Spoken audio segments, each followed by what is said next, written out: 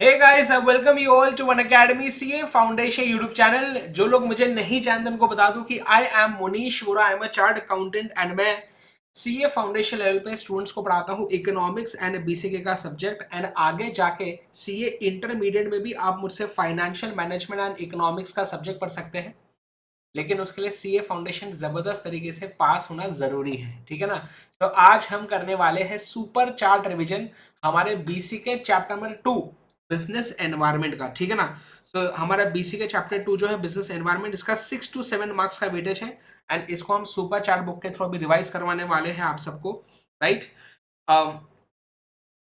ये जो हमारा सेशन है ये जो हमारा सेशन है ये आप आपके ऐसे स्टडी मॉडल को यूज करके देख सकते हैं। उसमें आप इंपॉर्टेंट पॉइंट्स को मार्क कर ले, या अगर आपके पास मेरे नोट्स हैं अनअकैडमी प्लस में, अगर आपने मुझसे पढ़ा है आप उससे पढ़ सकते हैं, या आप जो है सुपर चार्ट बुक ले सकते हैं। ये प्रिंटेड फॉर्म में अवेलेबल होती है, लेकिन पीडीएफ्स वगैरह इसके अवेलेबल नहीं होते हैं। तो कृपया करके पीडीएफ के चक्कर में ना पड़े। समझ पा रहे हो बात?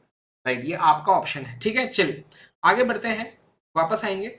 दोस्तों ये हमारे सीए फाउंडेशन दिसंबर 22 के रिजल्ट्स हैं। बहुत ही जबरदस्त रिजल्ट्स आए थे, 90 प्लस काफी सारे स्टूडेंट्स ने स्कोर किया यहाँ पे। एंड जो है सिर्फ इतने ही नहीं है, ये भी है सारे 90 प्लस वाले स्टूडेंट्स हैं। एंड मैं आशा करता हूँ कि जून 23 में इससे भी ज्यादा जबरदस्त रिजल्ट आप लाने वाले हैं। ठीक है ना। चलिए, एंड आपके जो भी जूनियर्स हैं बेटा, जिनका एग्जाम सीए फाउंडेशन दिसंबर 23 में है, उन बच्चों के लिए हमारी मंजिल बैच स्टार्ट हो चुके हैं अनअकैडमी प्लस पे। तो उनको जरूर बता देना हमारे इस बैच के बारे में। उनको बोलना कि वो एमबी सर कोड यूज कर सकते हैं, इस बैच में एनरोल कर सकते हैं। इसकी लिंक वीडियो के डिस्क्रिप्शन बॉक्स में दी गई है, तो अब जाइए। इसमें मैं सुबह 8 बजे आता हूँ क्लास लेने, एंड बाकी भी हमारे जो सब्जेक्ट्स है वो यहाँ पे कवर होते हैं। ठीक है ना। सारे जबरदस्त टीचर्स हैं, अपने जूनियर्स को जरूर बताइए मंजिल बैच के बारे में, एंड इसे आप ज्वाइन कर सकते हैं। ठीक है, चलिए। सो आ जाते हैं जल्दी से हमारे बीसी के चैप्टर नंबर 2 पे, बिजनेस एनवायरनमेंट। चलिए, तो अराउंड ये भी 4 से 5 चार्ट्स में ही पूरा का पूरा जो है हमारा चैप्टर खत्म हो जाएगा। चलिए, तो सबसे पहली बात आती है इस चैप्टर में बिजनेस एनवायरनमेंट। ठीक है ना। तो मैं इसमें जनरली स्टार्टिंग में एक एग्जांपल देता हूँ कि फॉर एग्जांपल हमारा एक दोस्त है जिसका नाम है बेटा क्या, क्रिश, है ना। तो क्रिश क्या बोलता है कि मैं अपना बिजनेस करना चाहता हूँ। क्रिश बोलता है कि मैं बिजनेस करना चाहता हूँ, लेकिन मैं दुनिया से परे होके, दुनिया से अलग होके, है ना, हमारी पृथ्वी से अलग होके, दुनिया से अलग होके, है ना, स्पेस में जाके अलग से बिजनेस करूंगा। मुझे कोई भी नहीं चाहिए, मुझे कस्टमर भी नहीं होना, है ना, सप्लायर भी नहीं होना, मुझे कोई नहीं चाहिए। मैं खुद ही प्रोडक्ट बनाऊंगा, खुद ही खरीदूंगा, है ना, खुद ही पैसा दूंगा, खुद ही रखूंगा। ऐसा होता क्या? क्या इस प्रकार से बिजनेस कर सकते हैं आप? बताइए। बोलते हैं business does not function in an isolated vacuum, है ना। आइसोलेटेड मतलब एकदम अकेला, वैक्यूम मतलब ऐसी जगह जहां पे कुछ भी ना हो। तो बोलते हैं business cannot function, does not function in an isolated vacuum, है ना। मतलब कि अगर आप बिजनेस चलाते हैं तो आपके एनवायरनमेंट में कुछ ना कुछ चीजें होती ही है, ऐसा कोई कुछ ना कुछ फैक्टर्स होते ही है जो आपके बिजनेस को अफेक्ट करते हैं। बोलते हैं बिजनेस एनवायरनमेंट क्या है फिर? तो बोलते हैं business environment represents all the external और इंटरनल फैक्टर्स, है ना। या तो आपके ऑर्गेनाइजेशन के विद इन हो सकते हैं फैक्टर्स, या एक्सटर्नल फैक्टर्स होते हैं जो आपके बिजनेस के डिसीजंस पे इंपैक्ट डालते हैं। जो आपके बिजनेस में के अंदर आप जब डिसीजंस लेते हैं तो ये सारी चीजें आपको अफेक्ट करती है ना। So that exert some degree of impact on the business decision, strategies and actions taken by the firm. बोलते हैं तो इसीलिए कोई भी बिजनेस ऑर्गेनाइजेशन के सामने जो बेसिक चैलेंज होता है वो होता है सर्वाइवल का, कि क्या हम इस बदलते एनवायरनमेंट में हमारे बिजनेस को लंबे समय तक चला पाएंगे या नहीं।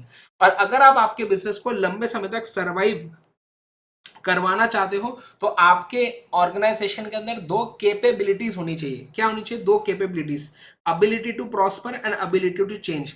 अबिलिटी टू प्रॉस्पर मतलब कि सक्सेसफुल होना, फाइनेंशियली सक्सेसफुल होने की अबिलिटी होनी चाहिए। आपका ऐसा बिजनेस होना चाहिए जो क्या बताइए इकोनॉमिकली वायबल हो, मतलब आप एक्चुअल में उस बिजनेस के थ्रू कुछ पैसा कमा सके, ऐसा बिजनेस होना चाहिए। तो ही आप लंबे समय तक बिजनेस करोगे। तो अबिलिटी टू प्रॉस्पर होना चाहिए। एंड दूसरा है अबिलिटी टू चेंज। चेंज का मतलब क्या है? कि एनवायरनमेंट बदलते रहता है। फॉर एग्जांपल अगर आपका मोबाइल फोन बनाने का बिजनेस है तो नए नए प्रकार के मोबाइल फोन आते रहते हैं हर 2 महीने में, 3 महीने में, तो आपको भी आपके कंपनी में नए नए मॉडल्स लॉन्च करते रहने पड़ेंगे। अगर आप बोलेंगे कि एनवायरनमेंट में जो हो रहा है होने दो, मैं तो भैया पुराने मोबाइल फोन चलाऊंगा, तो आपके मोबाइल फोन बिकेंगे नहीं फिर, राइट। सो एनवायरनमेंट बदलते जाता है, कस्टमर्स के टेस्ट, रिक्वायरमेंट्स, डिमांड बदलते जाती हैं, उनके हिसाब से हमें हमारे प्रोडक्ट्स में भी चेंजेस करने पड़ेंगे, हमारे ऑर्गेनाइजेशन में भी चेंजेस करने पड़ेंगे। जिस ऑर्गेनाइजेशन में ये दोनों एबिलिटीज होती है, ये दोनों कैपेबिलिटीज होती है, वही ऑर्गेनाइजेशन लंबे समय तक सर्वाइव कर पाएगा। समझ पा रहे हो? आगे बोलते हैं सक्सेसफुल बिजनेस, है ना, इसके ऊपर देखो, इसके ऊपर एमसीक्यू आ सकता है, देन ये लाइन पे भी आ सकता है एमसीक्यू जो अभी बताने वाला हूं। बोलते हैं successful business has to identify, appraise and respond. तो इस पे एमसीक्यू आता है dash dash and dash. A successful business has to dash dash and dash to the various opportunities and threats in its environment। मतलब बोलते देखो, अगर आप अपने बिजनेस को सक्सेसफुल बनाना चाहते हो तो आपके एनवायरनमेंट में जो भी अपॉर्चुनिटीज होंगी, ऐसे कोई फेवरेबल चीजें हैं, अच्छी चीज है कि आपको कोई अपॉर्चुनिटी मिल रही है कि अगर उसको ग्रैब किया तो आपको फाइनेंशियली आपको क्या बताइए फायदा हो सकता है, तो आपको अगर आपके बिजनेस को सक्सेसफुल बनाना है तो कंटिन्यूअस बेसिस पे आपको आइडेंटिफाई करना है कि एक्सटर्नल एनवायरनमेंट में क्या क्या अपॉर्चुनिटीज हैं, क्या क्या थ्रेट्स हैं जिससे मुझे बचने की जरूरत है, क्या क्या अपॉर्चुनिटीज हैं जिसको ग्रैब करने की जरूरत है ना, ताकि मैं जो हूं मेरे बिजनेस को सक्सेसफुल बना सकूं। तो आइडेंटिफाई करो, अप्रेस करो, अप्रेस मतलब एनालाइज करो कि सबसे पहले आइडेंटिफाई किया कि अपॉर्चुनिटी क्या है, देन बात आती है अप्रेस की कि एनालाइज करो कि अब इस अपॉर्चुनिटी को ग्रैब कैसे करूं। जैसे कि अभी आईपीएल चल रहा है, तो आईपीएल को लाइव, है ना, लाइव देखा जाता है ऑब्वियसली, है ना, मैचेस को तो लाइव देखा जाता है जनरली, हॉटस्टार, है ना, ये सारे प्लेटफॉर्म्स पे जनरली आता था। लेकिन इस बार रिलायंस जियो ने बहुत बड़ी अपॉर्चुनिटी देख ली इसमें और पहले ही जपटा मार गया, पहले ही क्या बताइए, उन्होंने जो है ना कॉन्ट्रैक्ट कर लिया आईपीएल वालों के साथ कि भैया तुम्हारे जो भी मैच है वो तो हमारे ही स्ट्रीमिंग प्लेटफॉर्म पे दिखेंगी। तो अभी जियो सिनेमा पे दिखती है ना, आईपीएल जियो सिनेमा पे दिखता है ऐसा। तो उन्होंने आइडेंटिफाई किया अपॉर्चुनिटी को, देन क्या किया, एनालाइज किया कि इस अपॉर्चुनिटी को ग्रैब कैसे करें, एंड देन स्ट्रेटजी बना के रिस्पॉन्ड किया ऐसा। सो अगर आप आपके बिजनेस को सक्सेसफुल बनाना चाहते हो तो आइडेंटिफाई करो, अप्रेस करो एंड रिस्पॉन्ड करो आपके एनवायरनमेंट के वेरियस अपॉर्चुनिटीज एंड थ्रेट्स को। तो या तो आपको इसमें डैश डैश डैश करके पूछेंगे, या तो एमसीक्यू बोलेंगे इसमें डैश और डैश लिखा होगा कि किसको आइडेंटिफाई, अप्रेज एंड रिस्पॉन्ड करना है, अपॉर्चुनिटीज एंड थ्रेट्स को, खत्म। आगे इस पे भी अलग से सवाल आता है कि the business must continuously monitor and adapt. क्या बोलते हैं यहाँ पे देखिए, बोलते हैं आपने एक बार एनवायरनमेंट का एनालिसिस कर लिया कि कस्टमर को किस प्रकार का प्रोडक्ट चाहिए, आपके कॉम्पिटिटर्स कैसे प्रोडक्ट बनाते हैं, आपके प्रोडक्ट में क्या क्या कमियां हैं, क्या क्या चेंजेस करने हैं, आपने एक बार ऐसा एनालिसिस कर लिया एनवायरनमेंट का। अब उसके बाद हो गया, अब आपको कुछ भी एनालिसिस करने की जरूरत नहीं उसके बाद।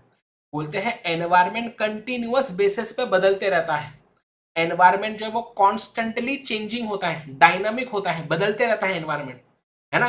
तो आप एक बार एनालिसिस करके छोड़ देंगे नहीं, हमें कंटिन्यूअस बेसिस पे क्या करना पड़ेगा, मॉनिटर करना पड़ेगा, एनवायरनमेंट को चेक करते रहना पड़ेगा कि क्या हो रहा है एनवायरनमेंट में, और उसके हिसाब से हमें अपनी हरकतों को अडेप्ट करना पड़ेगा, हमारे ऑर्गेनाइजेशन के प्रोडक्ट्स को, हमारे डिसीजंस को, हमारे स्ट्रेटजीज को एनवायरनमेंट के चेंजेस के हिसाब से हमें भी अडेप्ट होना पड़ेगा, तब जाके ही हम हमारे ऑर्गेनाइजेशन को लंबे समय तक सर्वाइव करवा पाएंगे एंड प्रॉस्पर भी करवा पाएंगे, फाइनेंशियली सक्सेसफुल भी बन पाएंगे।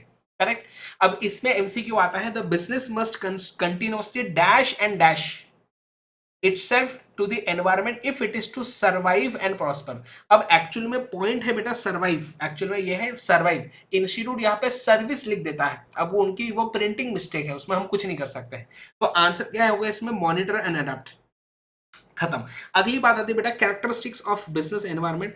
तो 4 कैरेक्टरिस्टिक्स होते हैं बिजनेस एनवायरनमेंट के, इसका मैंने मेमोरी टेक्निक दिया है MIDC, है ना। MIDC क्या है, एक इंडस्ट्रियल एरिया है, कहाँ पे, नागपुर के पास, तो वही इसका मेमोरी टेक्निक है MIDC। बोलते हैं कैरेक्टरिस्टिक्स ऑफ बिजनेस एनवायरनमेंट। क्या है कैरेक्टरिस्टिक्स देखेंगे, इसका मतलब ये होता है कि बिजनेस एनवायरनमेंट कैसा होता है। बोलते हैं बिजनेस एनवायरनमेंट मल्टी फसीटेड होता है ना, बिजनेस एनवायरनमेंट मल्टी फसीटेड होता है। नेक्स्ट बोलते हैं बिजनेस एनवायरनमेंट का फार रीचिंग इम्पैक्ट होता है, बिजनेस एनवायरनमेंट जो है वो डायनामिक होता है, एंड बिजनेस एनवायरनमेंट जो है वो कॉम्प्लेक्स नेचर का होता है, ठीक है ना, ऐसा। ठीक है, तो यहाँ पे ध्यान देंगे, बात करते हैं सबसे पहले, बोलते हैं कि बिजनेस एनवायरनमेंट कैसा होता है, मल्टी फसेटेड होता है। मल्टी फसेटेड का मतलब क्या है, इस पे बहुत एमसीक्यूज आए बेटा, ठीक है ना, ये बहुत ज्यादा इंपॉर्टेंट है ये आपका कैरेक्टरिस्टिक्स ऑफ बिजनेस एनवायरनमेंट, काफी बार एमसीक्यूज आते हैं इसमें। मल्टी फसेटेड का मतलब ये होता है कि एनवायरनमेंट में कोई एक पर्टिकुलर चेंज, एनवायरनमेंट में कोई एक पर्टिकुलर चीज किसी एक ऑर्गेनाइजेशन के लिए अपॉर्चुनिटी और किसी दूसरे के लिए थ्रेट साबित हो सकती है ना। तो बोलता है चेंज इन एन एनवायरमेंट, है ना, अ चेंज, इसमें लिख दो चेंज इन एन एनवायरमेंट, है ना, या a change in environment may be viewed as differently by different observers. तो अलग अलग ऑर्गेनाइजेशन के नजरों में एक पर्टिकुलर चेंज किसी के लिए अपॉर्चुनिटी, किसी के लिए थ्रेट हो सकता है। फॉर एग्जाम्पल आपके बुक में दिया हुआ है आत्मनिर्भर भारत जो है, इसमें गवर्नमेंट ने बोला कि इंडिया में जो चीजें बनती है ना उसको प्रमोट करो, है ना, आत्मनिर्भर बनो, बाहर से इंपोर्ट्स कम करो, दूसरे कंट्री से चीजें कम खरीदो, इंडिया में ही ज्यादा मैन्युफैक्चरिंग करो। तो इससे क्या होगा, इंडिया की जो डोमेस्टिक कंपनीज है उनको फायदा ज्यादा होगा। तो आत्मनिर्भर भारत जब ये पॉलिसी बनाई किसने, गवर्नमेंट ने, तो इससे क्या होगा, या ये प्रोग्राम जब बनाया गवर्नमेंट ने, तो इससे क्या होगा, इससे डोमेस्टिक बिजनेस ऑर्गेनाइजेशंस को फायदा होगा इंडिया में। लेकिन इंडिया में जो बाहर वाली कंपनीज होंगी या जो फॉरेन कंपनीज हैं उनको नुकसान होगा। लोग बोलेंगे हमको अब चाइना का, यूएस का माल नहीं चाहिए, हमें इंडिया में मेड इन इंडिया चाहिए चीजें। तो आत्मनिर्भर भारत डोमेस्टिक इंडियन कंपनीज के लिए अपॉर्चुनिटी, लेकिन फॉरेन कंपनीज के लिए थ्रेट है। तो सेम चीज एनवायरमेंट में, एक चीज एक के लिए अपॉर्चुनिटी, दूसरे के लिए थ्रेट। इसका एग्जांपल मैं लेता हूं जनरली क्लासेस में, जब आजकल ना movies directly online OTT platforms पे बहुत बार रिलीज की जाती है ना, कुछ कुछ ऐसी मूवीज होती है डायरेक्टली ओटीटी पे रिलीज कर देते उसको, डायरेक्टली नेटफ्लिक्स पे, अमेजॉन प्राइम पे आ जाती मूवी।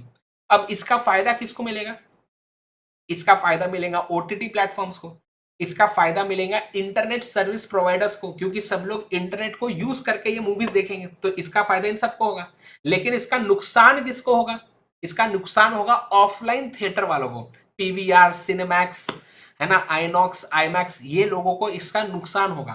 क्योंकि अगर ज्यादातर पिक्चर्स अगर ओटीटी पे रिलीज होगी तो फिर नॉर्मल थिएटर्स में लोग कम जाएंगे ना मूवी देखने, ऐसा, ठीक है। सो सेम चीज एनवायरमेंट की एक चीज किसी एक ऑर्गेनाइजेशन के अपॉर्चुनिटी, दूसरे के लिए थ्रेट। आगे बढ़ेंगे, अगला नेक्स्ट कैरेक्टरिस्टिक देखेंगे, अगला है बेटा फार रीचिंग इंपैक्ट। इसमें ना मैं एग्जांपल जनरली क्लासेस में देता हूं नोकिया कंपनी का। किसका एग्जांपल देता हूं मैं यहाँ पे, नोकिया, है ना। नोकिया जो है बेटा ये मोबाइल फोन की कंपनी थी, एंड मतलब हर चीज में नंबर वन थी। सबसे पहला कैमरा फोन इंडिया में कौन से कंपनी का आया था, नोकिया का। सबसे पहला फोन जिसमें वाईफाई था कौन लाया था, नोकिया। समझ पा रहे हो, ऐसे बहुत सारी चीजों में नंबर वन था नोकिया। इंडिया में सबसे पहले बहुत सारी चीजें उसने की थी मोबाइल मोबाइल फोन के सेक्टर में। लेकिन आज के जमाने में आज जितने भी बच्चे क्लास देख रहे होंगे उसमें से 95% बच्चे होंगे जो नोकिया का मोबाइल फोन यूज नहीं करते, जिनके पास नोकिया का मोबाइल होगा ही नहीं। तो ऐसा क्यों हो गया, तो नोकिया ने क्या किया, नोकिया भी क्या, जब, है ना, एनवायरमेंट में चेंजेस हो रहे थे, लोगों को एंड्रॉइड मोबाइल फोन्स पसंद आने चालू हुए थे, है ना, एप्पल का आईफोन आना चालू हुआ था, नोकिया अपनी ही पुरानी टेक्नोलॉजी तब भी यूज कर रहा था। नोकिया ने बोला हम तो हमारा ही लगाएंगे, हम हमारी पुरानी टेक्नोलॉजी यूज करेंगे। तो धीरे धीरे लोगों ने नोकिया को नो किया, क्या किया, नोकिया को, नोकिया को नो किया, बोला है हटाओ इसको, इसके हमको नहीं होना मोबाइल्स।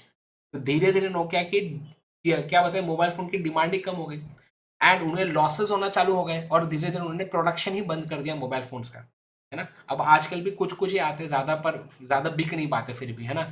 तो बोलते हैं कि देखो बिजनेस एनवायरनमेंट का बहुत ही far reaching impact, deep impact, business environment deeply impact करता है किसी ऑर्गेनाइजेशन को, उसके ग्रोथ को, उसके प्रॉफिटेबिलिटी को डीपली इम्पैक्ट कर सकता है। इसका मतलब है कि देखो क्या बताइए, हाँ, बिजनेस एनवायरनमेंट को आप इग्नोर नहीं कर सकते। अगर आपके एनवायरनमेंट में कस्टमर्स को, है ना, बाकी सारे लोगों को अगर अलग प्रकार के प्रोडक्ट्स चाहिए तो आपको फिर उसके हिसाब से प्रोडक्ट्स में चेंजेस करने पड़ेंगे। समझ पा रहे हो बात, ऐसा है। बोलते हैं growth and profitability of business is deeply impacted by changing environment. तो बदलते एनवायरनमेंट के साथ साथ आपको अपने प्रोडक्ट्स को भी बदलना जरूरी है, अडेप्ट करना जरूरी है, ऐसा, ठीक है।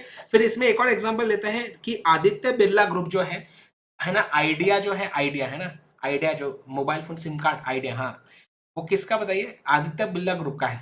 तो आदित्य बिरला जो है वो टेक्सटाइल सेक्टर में भी है, कपड़ों के सेक्टर में, ये सीमेंट में भी है, रिटेल सेक्टर में भी है ना। जैसे पैंटालून्स वगैरह ना, उसमें से कोई एक आधा आदित्य बिरला का है। पैंटालून्स के जैसे नहीं होते कि रिलायंस ट्रेंड्स वगैरह, रिलायंस ट्रेंड्स तो रिलायंस का है। फिर लाइफस्टाइल करके होता है, तो उसमें से कोई एक आधा आदित्य बिरला बिरला का है। ठीक है, तो टेक्सटाइल सेक्टर में, सीमेंट में, रिटेल में, टेलीकॉम में अलग अलग जगह में बिजनेसेस करते हैं। ऐसा क्यों करते हैं? ऐसे मल्टीपल अलग अलग प्रकार के बिजनेस क्यों कर रहे हैं?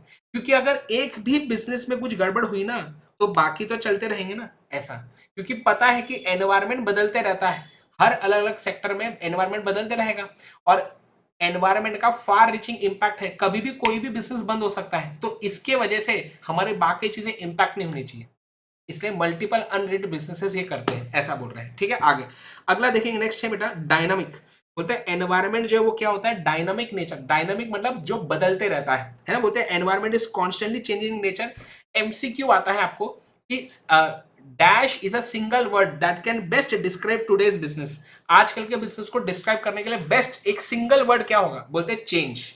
बोलते हैं हमारा जो है ना बिजनेस एनवायरनमेंट चेंजिंग होता है ना। और इस बदलते वातावरण में, बदलते एनवायरनमेंट में हमें हमारे बिजनेस को भी क्या करना पड़ेगा? अडेप्ट करना पड़ेगा एनवायरनमेंट के हिसाब से। यहाँ पे भी एक चीज बेटा, हमारे चार्ल्स डार्विन का एक रेफरेंस दिया है आपके बुक में। चार्ल्स डार्विन, चार्ल्स डार्विन कौन थे? है ना, इन्होंने जो है चार्ल्स डार्विन, इन्होंने इनके बारे में आपने साइंस में पढ़ा होगा, है ना। इन्हें इनके बारे में आपने साइंस में पढ़ा होगा। इन्होंने बोला था कि वही वाली स्पीशीज सरवाइव करेगी जो फिटेस्ट होगी, सर्वाइवल ऑफ द फिटेस्ट, है ना। नॉर, है ना, neither the most intelligent nor the most strongest species will survive, but the one who is most, क्या बताइए, मोस्ट रिस्पॉन्सिव टू चेंज। तो सर्वाइवल ऑफ द फिटेस्ट मतलब जो सबसे ज्यादा रिस्पॉन्सिव होगी एनवायरमेंट के बदलने पे, वो वाली स्पीशीज दुनिया में, क्या बताइए, लंबे समय तक रहेगी। तो हम ह्यूमन बींग्स उसमें से आते हैं, इसलिए हम आज जिंदा है, हम हमारी पीढ़ी दर पीढ़ी चलते जा रही है, ऐसा।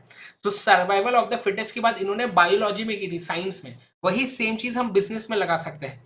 बोलते हैं वो बिजनेस ऑर्गेनाइजेशन जिसके पास बहुत ज्यादा पैसा है वही चलेगा क्या? नहीं।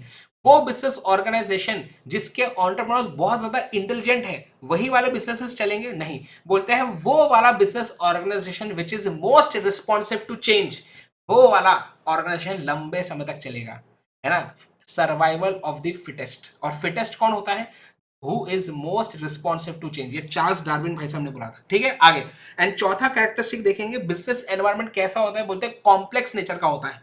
बोलते हैं बिजनेस एनवायरनमेंट में मल्टीपल चीजें होती है जो हमारे बिजनेस को अफेक्ट करती है। हम सारी चीजों को एक साथ समझने जाएंगे तो कुछ भी समझ में आएगा नहीं। तो बोलते हैं बिजनेस एनवायरनमेंट बहुत ही कॉम्प्लेक्स नेचर का होता है, इसे एक साथ समझने जाए तो समझ में नहीं आता है, इसलिए हमें इसे पार्ट पार्ट में समझना पड़ता है। तो ये डांस करना मेरे साथ वापस से जल्दी देखेंगे, जो डांस करेगा बेटा उसको ही अच्छे मार्क्स आएंगे, ठीक है ना।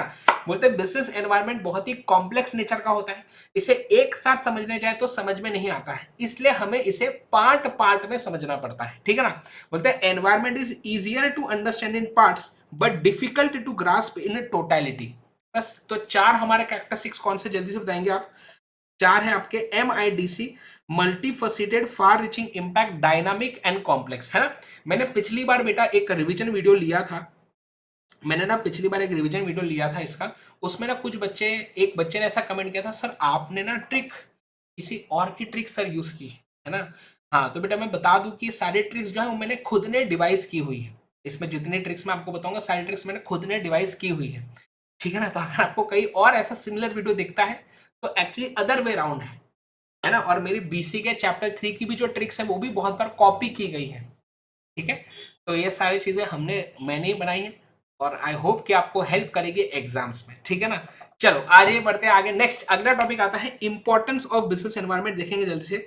बोलते हैं बिजनेस एनवायरनमेंट के बारे में पढ़ने का इंपॉर्टेंस क्या है, इसके बारे में एक बिजनेस ऑर्गेनाइजेशन के लिए इसका इंपॉर्टेंस क्या है। बोलते देखो, अगर हम हमारे एनवायरनमेंट को एनालाइज करेंगे तभी तो पता चलेगा ना कि एनवायरनमेंट में अपॉर्चुनिटीज क्या क्या है, थ्रेट्स क्या क्या है।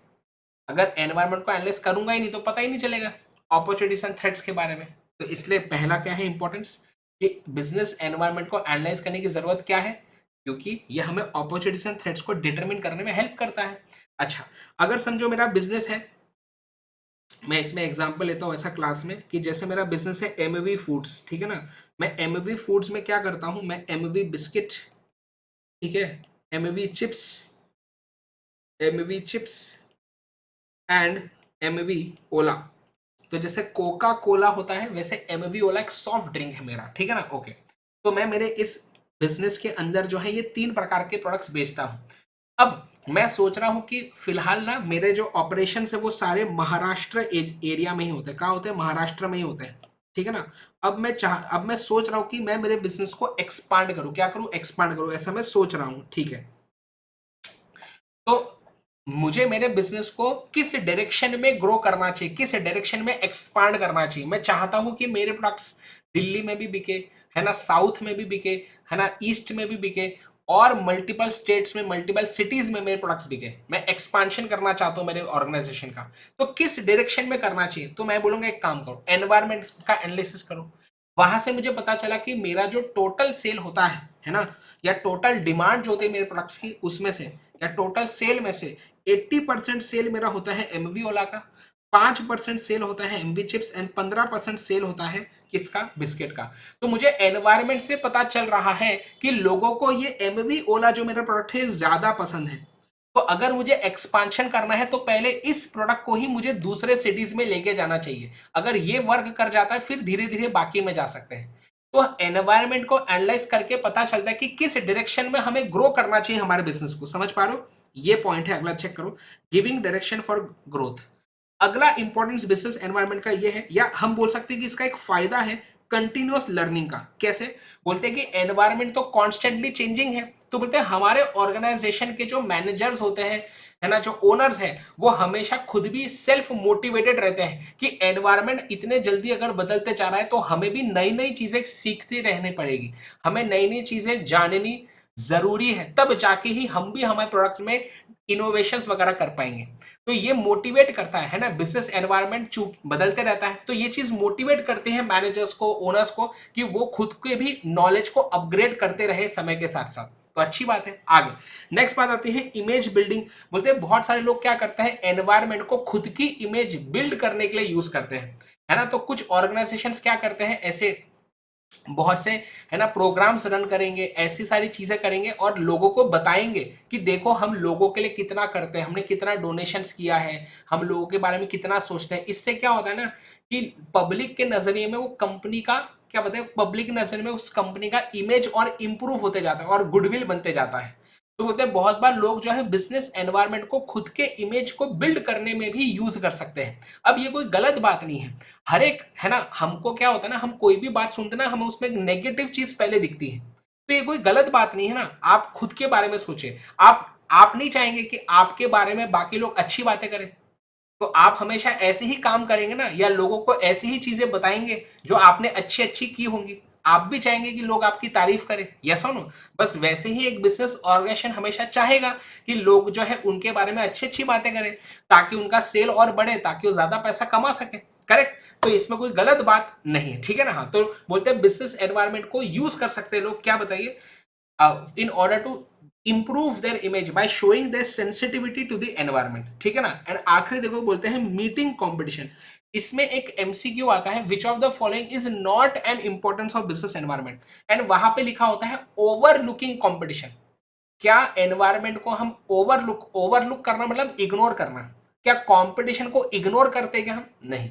बोलते हैं बिजनेस एनवायरनमेंट को एनालाइज करके ही पता चलता है कि हमारे कॉम्पिटिटर्स क्या क्या कर रहे हैं। तो उसके हिसाब से हमको भी हमारे प्रोडक्ट में चेंजेस करने पड़ेंगे, हमको भी फिर उस प्रकार की कुछ मे बी एडवर्टाइजिंग या प्रमोशन करना पड़ेगा। तो कॉम्पिटिशन्स को कैसे मीट कर सके, कैसे हम कंपीट कर सके हमारे कॉम्पिटिटर से, कैसे पता चलेगा? एनवायरनमेंट को एनालाइज करके। तो कंपटीशन को मीट करने में भी हेल्प करता है क्या? Business environment. खत्म होगी बात, आगे बढ़ेंगे। अगला नेक्स्ट, अगली बात आती है बेटा रिलेशनशिप, है ना। अच्छा हाँ, ये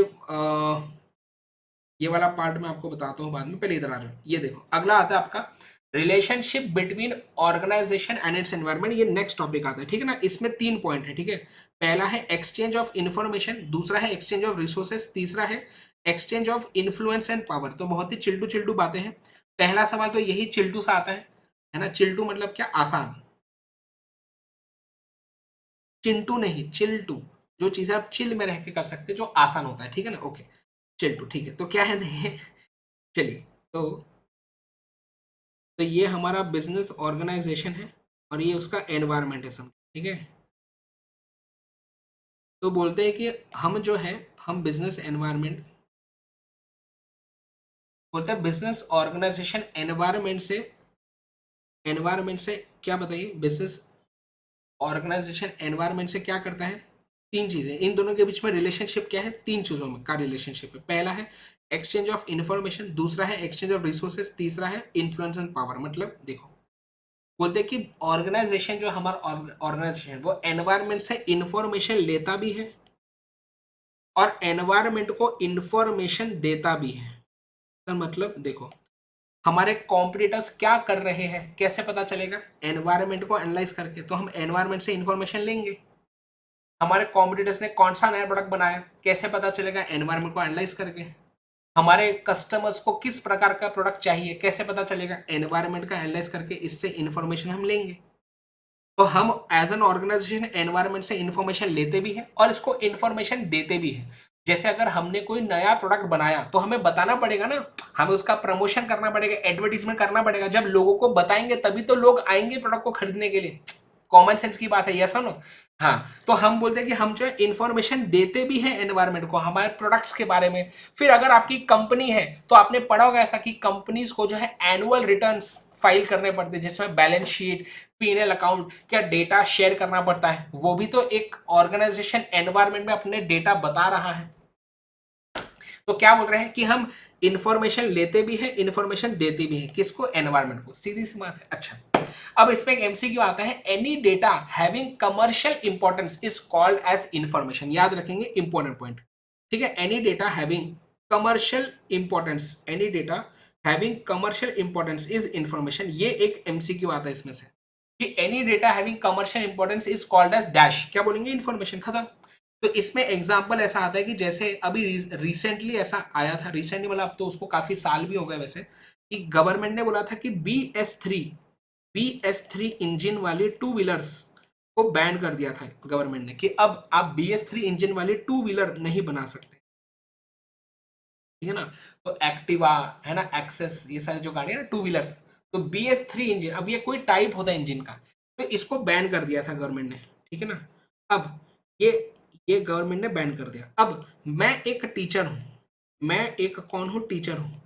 क्या मुझे ये मेरे काम में मुझे इसका कुछ कुछ रेलेवेंस है?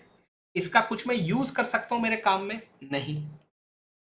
लेकिन अगर मैं कोई टू व्हीलर वाली कंपनी, जैसे टीवीएस की स्कूटी वगैरह आती है, जुपिटर गाड़ी आती है ना, होंडा होंडा की एक्टिवा वगैरह आती है, एटसेट्रा। तो ये जो कंपनीज है ना, ये जो कंपनीज है, ये इस चीज को यूज करेंगी ना अपने बिजनेस में, और अब वो BS3 इंजन वाली गाड़ियां नहीं बनाएंगी। और इसके बाद ही बेटा ऐसी टू व्हीलर्स आई थी, जैसे अभी जनरली अगर आपने रिसेंटली टू व्हीलर खरीदी होंगी तो उसमें ऐसा होता है ना कि गाड़ी चालू किया तो लाइट, उसकी हेडलाइट चालू रहती, हेडलाइट हमेशा चालू रहती है। पता है आपको? ऐसा होता है, जो लेटेस्ट टू व्हीलर्स होती है उसमें गाड़ी जैसे चालू करोगे हेडलाइट हमेशा ही चालू रहती है, क्योंकि हेडलाइट इंजन से कनेक्टेड होती है। और वो वाली गाड़ियां BS3 इंजन वाली नहीं होती। तो BS3 इंजन में पहले ऐसा होता था कि लाइट का अलग और भी चेंजेस होते हैं, पर मैं एक बेसिक चीज बता रहा हूँ। तो मतलब कि ये जो डेटा है इसका यूज मैं कुछ करूंगा क्या? मेरे काम में नहीं। लेकिन इनके लिए ये कमर्शियली इंपॉर्टेंट है ये वाला चीज, क्योंकि ये BS3 वाली टू व्हीलर बना लिया तो बेच ही नहीं पाएंगे, गवर्नमेंट ने बैन कर दिया। तो इनको वो कमर्शियली वो इस डेटा को यूज कर पाएंगे। तो ये जो डेटा है वो इनके लिए इंफॉर्मेशन है, लेकिन मेरे लिए सिर्फ डेटा है, क्योंकि मैं इसको कमर्शियली यूज कर नहीं सकता, मेरा कुछ काम का है ही नहीं ऐसा, ठीक है। So any data having commercial importance मतलब क्या? इसे क्या बोलेंगे? इंफॉर्मेशन, खत्म। आगे बढ़ेंगे, अगला बोलते हैं एक्सचेंज ऑफ रिसोर्सेज। क्या बोलते हैं? बोलते हैं एक्सचेंज ऑफ रिसोर्सेज, है ना। तो सेम अगेन वही बात है, आ जाइए यहाँ पे वापस, यहाँ पे आ जाएंगे वापस। क्या बोलते हैं?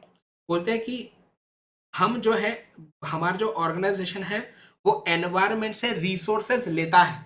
रिसोर्सेज लेता है मतलब क्या लेता है? इनपुट्स लेता है, बोलते हैं एनवायरनमेंट से इनपुट्स लेता है, इसको प्रोसेस करता है, फिनिश गुड्स बनाता है, और फिनिश गुड्स को बेचने कहाँ जाएंगे? कस्टमर के पास, एनवायरनमेंट में वापस। तो हम एनवायरनमेंट को रिसोर्सेज देते भी हैं आउटपुट के नजरिए से। समझ पा रहे हो? अच्छा, बोलते हैं इनपुट्स 5 प्रकार के होंगे, 5 एम्स ऐसा लिखा है इसमें, 5 एम है ना। कौन से हैं 5 एम? देखो जल्दी से। बोलते हैं 5 एम है मेन मशीन, है ना। मेन मतलब क्या? लेबरर्स वगैरह हमें लगेंगे प्रोडक्शन वगैरह करने के लिए। तो कहाँ से आएंगे लेबरर्स? एनवायरमेंट से, है ना। मनी, तो मनी हम अपना यूज कर सकते हैं बैंक वगैरह से, या इन्वेस्टर्स हमें मनी पैसा प्रोवाइड करेंगे। मेथड, मेथड मतलब हम कैपिटल इंटेंसिव टेक्निक यूज करें या लेबर इंटेंसिव टेक्निक यूज करें प्रोडक्शन करने के लिए। कैपिटल इंटेंसिव टेक्निक यूज करेंगे तो मशीनरी ज्यादा लगेगी, लेबर इंटेंसिव करेंगे तो लेबरर्स ज्यादा लगेंगे, है ना। देन मशीन मतलब अब अलग से यहाँ पे दिया, मशीन मतलब इक्विपमेंट्स आपको जो लगेंगे प्रोडक्शन करने में, कहाँ से आएंगे? एनवायरमेंट से। रॉ मटेरियल वगैरह जो भी आपको लगेगा, जैसे शर्ट बनाने के लिए क्लॉथ लगेगा, क्लॉथ एक रॉ मटेरियल हो गया शर्ट बनाने के लिए, तो क्या हो गया? वो मटेरियल हो गया। तो ये 5 AIIMS, man, money, method, machine, material, ठीक है। तो इस पे एमसीक्यू आ सकता है 5 एम्स क्या है, राइट। तो क्या बोल रहे हैं कि हम एनवायरमेंट से क्या करेंगे? रिसोर्सेज लेंगे और एनवायरमेंट को रिसोर्सेज देंगे भी, बात खत्म। इतना ही पॉइंट है और कुछ नहीं है, इतना ही पॉइंट है, ठीक है। ओके, अब इसमें बात आती है कि देखो हम जब एनवायरमेंट से, देखो इसमें एक पॉइंट आता है इंटरैक्शन प्रोसेस वाले, एमसीक्यू आता है इंटरैक्शन प्रोसेस। देखो क्या लिखा है, बोलते हैं परसीविंग, है ना, perceiving the needs of external environment and catering to them, satisfying the expectations and demands of the clientele group. इसको क्या बोलते हैं? इसे बोलते हैं इंटरैक्शन प्रोसेस। इस पे एमसीक्यू आता है कि डैश, है ना, आपको बोलेंगे डैश इज परसीविंग, परसीविंग मतलब जानना कि हमारे एक्सटर्नल एनवायरनमेंट में कस्टमर्स की क्या डिमांड है, क्या नीड्स है, पहले उनको समझिए, उसके हिसाब से प्रोडक्ट बनाइए। केटरिंग टू देम मतलब उसके हिसाब से एक प्रोडक्ट बनाइए एंड उनके एक्सपेक्टेशंस को सेटिस्फाई कीजिए, उनके डिमांड्स को पूरा कीजिए। इस पूरे प्रोसेस को बोलते हैं इंटरैक्शन प्रोसेस। और इसके लिए हमें क्या करना पड़ता है? एनवायरनमेंट में हमें पहले कस्टमर्स की डिमांड को समझना पड़ेगा, उसके हिसाब से इनपुट्स लेने पड़ेंगे, एनवायरनमेंट से रिसोर्सेज लेने पड़ेंगे, इनपुट की प्रोसेसिंग करेंगे, कस्टमर्स के डिमांड के हिसाब से प्रोडक्ट बनाएंगे और उसको जाके कस्टमर्स को बेचेंगे। तो एक्सचेंज ऑफ रिसोर्सेज के अंदर ये पॉइंट आता है इंटरैक्शन प्रोसेस, याद रखेंगे, एमसीक्यू आता है, ठीक है। एंड अगला आता है last point, exchange of influence and power. ये तो बहुत ही चिल्टू सा पॉइंट है। इन्फ्लुएंस एंड पावर की बात क्या है कि बोलते हैं कि एनवायरमेंट जो है वो ऑर्गेनाइजेशन, एक बिजनेस ऑर्गेनाइजेशन एनवायरमेंट को इन्फ्लुएंस कर सकता है, अफेक्ट कर सकता है, एंड बिजनेस एनवायरमेंट भी एक ऑर्गेनाइजेशन को इन्फ्लुएंस कर सकता है। कैसे? बोलते देखो कुछ ऐसे ऑर्गेनाइजेशन होते हैं जो, चूंकि उनके प्रोडक्ट्स इतने ज्यादा बिकते हैं, उनका क्लाइंटेल ग्रुप, उनके कस्टमर्स इतने ज्यादा होते हैं, जिससे एक पावरफुल पोजीशन पे आ जाते हैं वो मार्केट में। जैसे इसमें बुक में एग्जांपल दिया है पातंजलि का। तो पातंजलि जो है ना, रामदेव बाबा जी की जो कंपनी है पातंजलि, तो वो जो है ना, टूथपेस्ट और वो घी और ये सारे जो भी प्रोडक्ट्स आप उसके यूज करते होंगे, बिस्किट्स वगैरह उसके आते हैं। तो ये क्या है, उन्होंने ऐसे प्रोडक्ट्स बनाए, इसे बोलते हैं एफएमसीजी सेक्टर। क्या बोलते हैं? FMCG, fast moving consumer goods.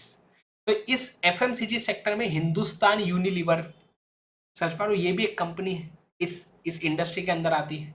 तो ये जो पातंजलि जब लॉन्च हुआ था ना, इन्होंने बहुत सारा ऐसा कैंपेन किया था कि बाकी कंपनीज के जो प्रोडक्ट्स उसमें बहुत केमिकल्स वगैरह होते हैं, हम हिंदुस्तान यूनिलीवर का लीवर खराब कर देंगे, कोलगेट के गेट बंद कर देंगे, ऐसी सारी वो बातें करते थे। ये मैं नहीं बोल रहा हूँ, ये है ना रामदेव बाबा जी बोलते थे। हाँ, और एक्चुअल में उनके जो प्रोडक्ट्स है पातंजलि के, वो बिके भी इतने ज्यादा कि जो हिंदुस्तान यूनिलीवर एंड बाकी कंपनीज हैं, इनके मार्केट शेयर को काफी खा चुके थे ये लोग। काफी मार्केट शेयर कम हो गया था पातंजलि के आने की वजह से। तो वो एक पावरफुल लेवल पे आ गए किस पे? इंडस्ट्री में। अब जैसे वो चीजें करेंगे, वैसी चीजें बाकी लोग करना चालू कर देते हैं एनवायरमेंट में। तो पहले ना बाकी ऑर्गेनाइजेशंस का इतने हर्बल प्रोडक्ट्स आते नहीं थे, लेकिन पातंजलि के आने की वजह से बाकी ऑर्गेनाइजेशंस के भी हर्बल प्रोडक्ट्स आना चालू हो गए। जैसे पहले कोलगेट का कोई वेद शक्ति करके आता नहीं था, जैसे दंत कांति जब आया ना पातंजलि को बहुत चलने लगा, तो उसके बाद ही कोलगेट ने वेद शक्ति चालू किया। समझ पा रहे हो? उसके कंपटीशन में मतलब क्या हो गया कि पातंजलि ने, एक बिजनेस ऑर्गेनाइजेशन ने अपने एनवायरनमेंट में कॉम्पिटिटर को अफेक्ट किया, इन्फ्लुएंस किया। कि यार अच्छा कोलगेट सोचा यार पतंजलि का तो बहुत बिक रहा है दंत कांति, चलो हमको भी ऐसा कुछ बनाना पड़ेगा। मतलब एक बिजनेस ऑर्गेनाइजेशन एनवायरनमेंट को इन्फ्लुएंस कर रहा है, समझ पा रहे हो ऐसा। और एक ऑर्गेनाइजेशन खुद भी इन्फ्लुएंस होता, बोलते हैं पतंजलि खुद भी इन्फ्लुएंस होता है एनवायरनमेंट से। कैसे? बोलते हैं एनवायरनमेंट में उन्होंने देखा कि लोगों को मैगी बड़ी पसंद है, तो नेस्ले की मैगी बड़ी बहुत बहुत बिकती है, लेकिन उन्होंने देखा कि मैगी मैदे की बनती है ना, तो बोले एक काम करता अपन आटा नूडल्स बनाएंगे, तो पतंजलि का आटा नूडल्स भी आता है। अब ये क्या हो गया एग्जाम्पल कि पतंजलि खुद इन्फ्लुएंस हुआ एनवायरनमेंट से। सो तीन क्या है हमारे, बताए जल्दी से, relationship between organisation and its environment, exchange of information, exchange of resources and exchange of influence and power. ठीक है ना। मैं एक बार वापस से याद दिला दूं कि हमारी मंजिल बैच सीए फाउंडेशन दिसंबर 23 वाले बच्चों के लिए ये अभी स्टार्ट हो चुकी है। अपने सारे जूनियर्स को जरूर बताना इस बैच को ज्वाइन करने के लिए, बहुत ही जबरदस्त तरीके से आपकी पढ़ाई डिटेल में करवाने वाले हैं। तो जरूर प्लीज शेयर करें, अगर आपको अच्छा लगता है मुझसे पढ़ के, अपने जूनियर्स को जरूर बताइए इस बैच के बारे में।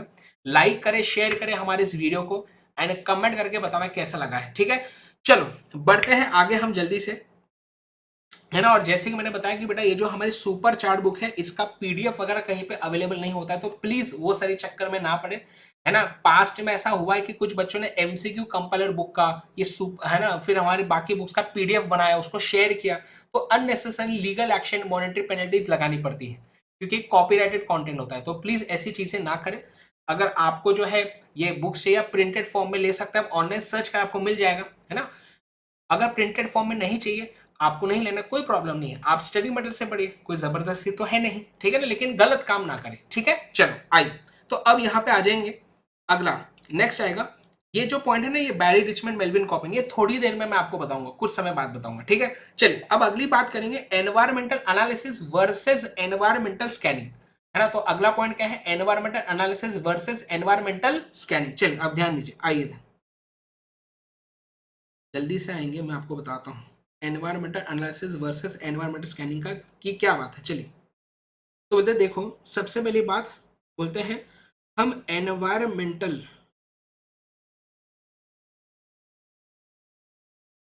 एनालिसिस और स्कैनिंग के बीच में फर्क क्या होता है, ये पहला सवाल उठता है कि इन दोनों में फर्क क्या होता है, इन दोनों में। ठीक है ना, तो पहली बात बोलते हैं, एनवायरमेंटल एनालिसिस स्कैनिंग, दोनों में ही हम क्या करते हैं, हमारे एनवायरमेंट के अंदर जो भी अपॉर्चुनिटीज एंड थ्रेट्स होते हैं ना, उनको जानने की कोशिश करते हैं कि हमारे एनवायरमेंट में क्या क्या अपॉर्चुनिटीज एंड थ्रेट्स हैं, इनको जानने की कोशिश करते हैं दोनों में। तो फिर दोनों में फर्क क्या है, दोनों में फर्क ये है कि हम जो है ना एनवायरमेंटल एनालिसिस में ए एन, ए एन क्या बोला, ए एन, ए एन मतलब हम एनवायरमेंटल एनालिसिस में एंटीसिपेटेड फ्यूचर में क्या अपॉर्चुनिटीज एंड थ्रेट्स आ सकते हैं, वो जानने की कोशिश करते हैं एनवायरमेंटल एनालिसिस में। एंड एनवायरमेंटल स्कैनिंग में क्या करते हैं, हम यहाँ पे आइडेंटिफाई करते हैं कि एग्जिस्टिंग, हम यहाँ पे आइडेंटिफाई करते हैं कि एग्जिस्टिंग, हम यहाँ पे आइडेंटिफाई करते हैं कि एग्जिस्टिंग अपॉर्चुनिटीज एंड थ्रेट्स क्या है हमारे ऑर्गेनाइजेशन, समझे। तो ये फर्क होता है एनवायरमेंटल एनालिसिस एंड स्कैनिंग का। एनवायरमेंटल एनालिसिस क्या है, हम इसमें एंटीसिपेट फ्यूचर में क्या अपॉर्चुनिटी थ्रेट्स आ सकते हैं उसको जानने की कोशिश करते हैं, एनवायरमेंटल एनालिसिस। एनवायरमेंटल स्कैनिंग में क्या करते हैं कि एग्जिस्टिंग अपॉर्चुनिटी एंड थ्रेट्स क्या है उसको जानने की कोशिश करते हैं एनवायरमेंटल स्कैनिंग में, याद रखेंगे, वेरी वेरी इंपॉर्टेंट। चलिए, सो आइए जल्दी से अब देखेंगे एनवायरमेंटल एनालिसिस की बात करेंगे। चलिए, तो सबसे पहला पॉइंट देखो, बोलते हैं helps to anticipate opportunities and threats. पहला एमसीक्यू आ सकता है कि dash helps to anticipate opportunity threats, क्या बोलूंगे, एनवायरमेंटल एनालिसिस, है ना।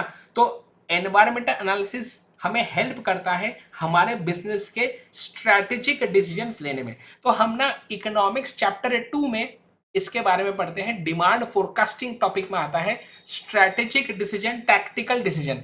जो लॉन्ग टर्म डिसीजन होता है बिजनेस के उसे बोलते हैं स्ट्रैटेजिक डिसीजन, जो शॉर्ट टर्म डिसीजन होते हैं बिजनेस के उसे बोलते हैं टैक्टिकल डिसीजन। तो एनवायरमेंटल एनालिसिस हमें long term decision, strategic decision लेने में हेल्प करता है। लेकिन याद रखना कि एनवायरमेंटल स्कैनिंग ये भी हमें स्ट्रैटेजिक डिसीजन लेने में हेल्प करता है, और इसीलिए कंफ्यूजन होता है। कि दोनों ही हमें स्ट्रैटेजिक डिसीजन लेने में हेल्प कर रहा है, तो फिर दोनों का फर्क क्या है? यही प्रॉब्लम होता है कि सिमिलैरिटी भी है दोनों में काफी, तो इसके वजह से दिक्कत होती है। लेकिन फर्क क्या है? एनवायरमेंट एनालिसिस में क्या कर रहे हैं? एंटिसिपेट कर रहे हैं कि फ्यूचर में क्या होंगे अपॉर्चुनिटी थ्रेट्स। स्कैनिंग में एग्जिस्टिंग अपॉर्चुनिटी थ्रेट्स को समझने की कोशिश कर रहे हैं। समझ पा रहे हो? ओके, आगे सो बोलते हैं कि एनवायरमेंटल एनालिसिस करके क्या करेंगे, फ्यूचर में क्या अपॉर्चुनिटी थ्रेट्स आ सकते हैं उसके बारे में जानेंगे, तो इसके इसके हिसाब से हम देन फ्यूचर की प्लानिंग कर पाएंगे कि फ्यूचर में अपॉर्चुनिटीज आएंगे तो कैसे उसे ग्रैब करें, थ्रेट्स आएंगे तो उससे कैसे बच सकते हैं, अर्ली वार्निंग सिस्टम बना सकते हैं कि जैसे थ्रेट आएगा पहले ही हम तैयार रहेंगे कि थ्रेट्स हमारे बिजनेस पे बुरा असर ना डाल पाए, ऐसा। ठीक है, आगे बढ़ेंगे। बोलते हैं इट प्रोवाइड्स, क्या एनवायरमेंटल एनालिसिस की बात चल रही है, it provides an understanding of the current and potential changes of the environment. कि करंटली देखो सर, देखो हम तो फ्यूचर की बात कर रहे हैं इसमें, लेकिन फ्यूचर को समझने के लिए करंट सिचुएशन को भी तो समझना पड़ेगा ना। अरे फ्यूचर में क्या अपॉर्चुनिटीज एंड थ्रेट्स हो सकते हैं ये समझने के लिए करंट सिचुएशन भी तो पता होनी चाहिए ना, तभी तो फ्यूचर के बारे में बात कर पाओगे। तो एनवायरमेंटल एनालिसिस में हम हमारे ऑर्गेनाइजेशन के करंट एंड पोटेंशियल, मतलब क्या चेंजेस हो सकते हैं एनवायरमेंट में, उसको जानने की समझने की कोशिश करते हैं।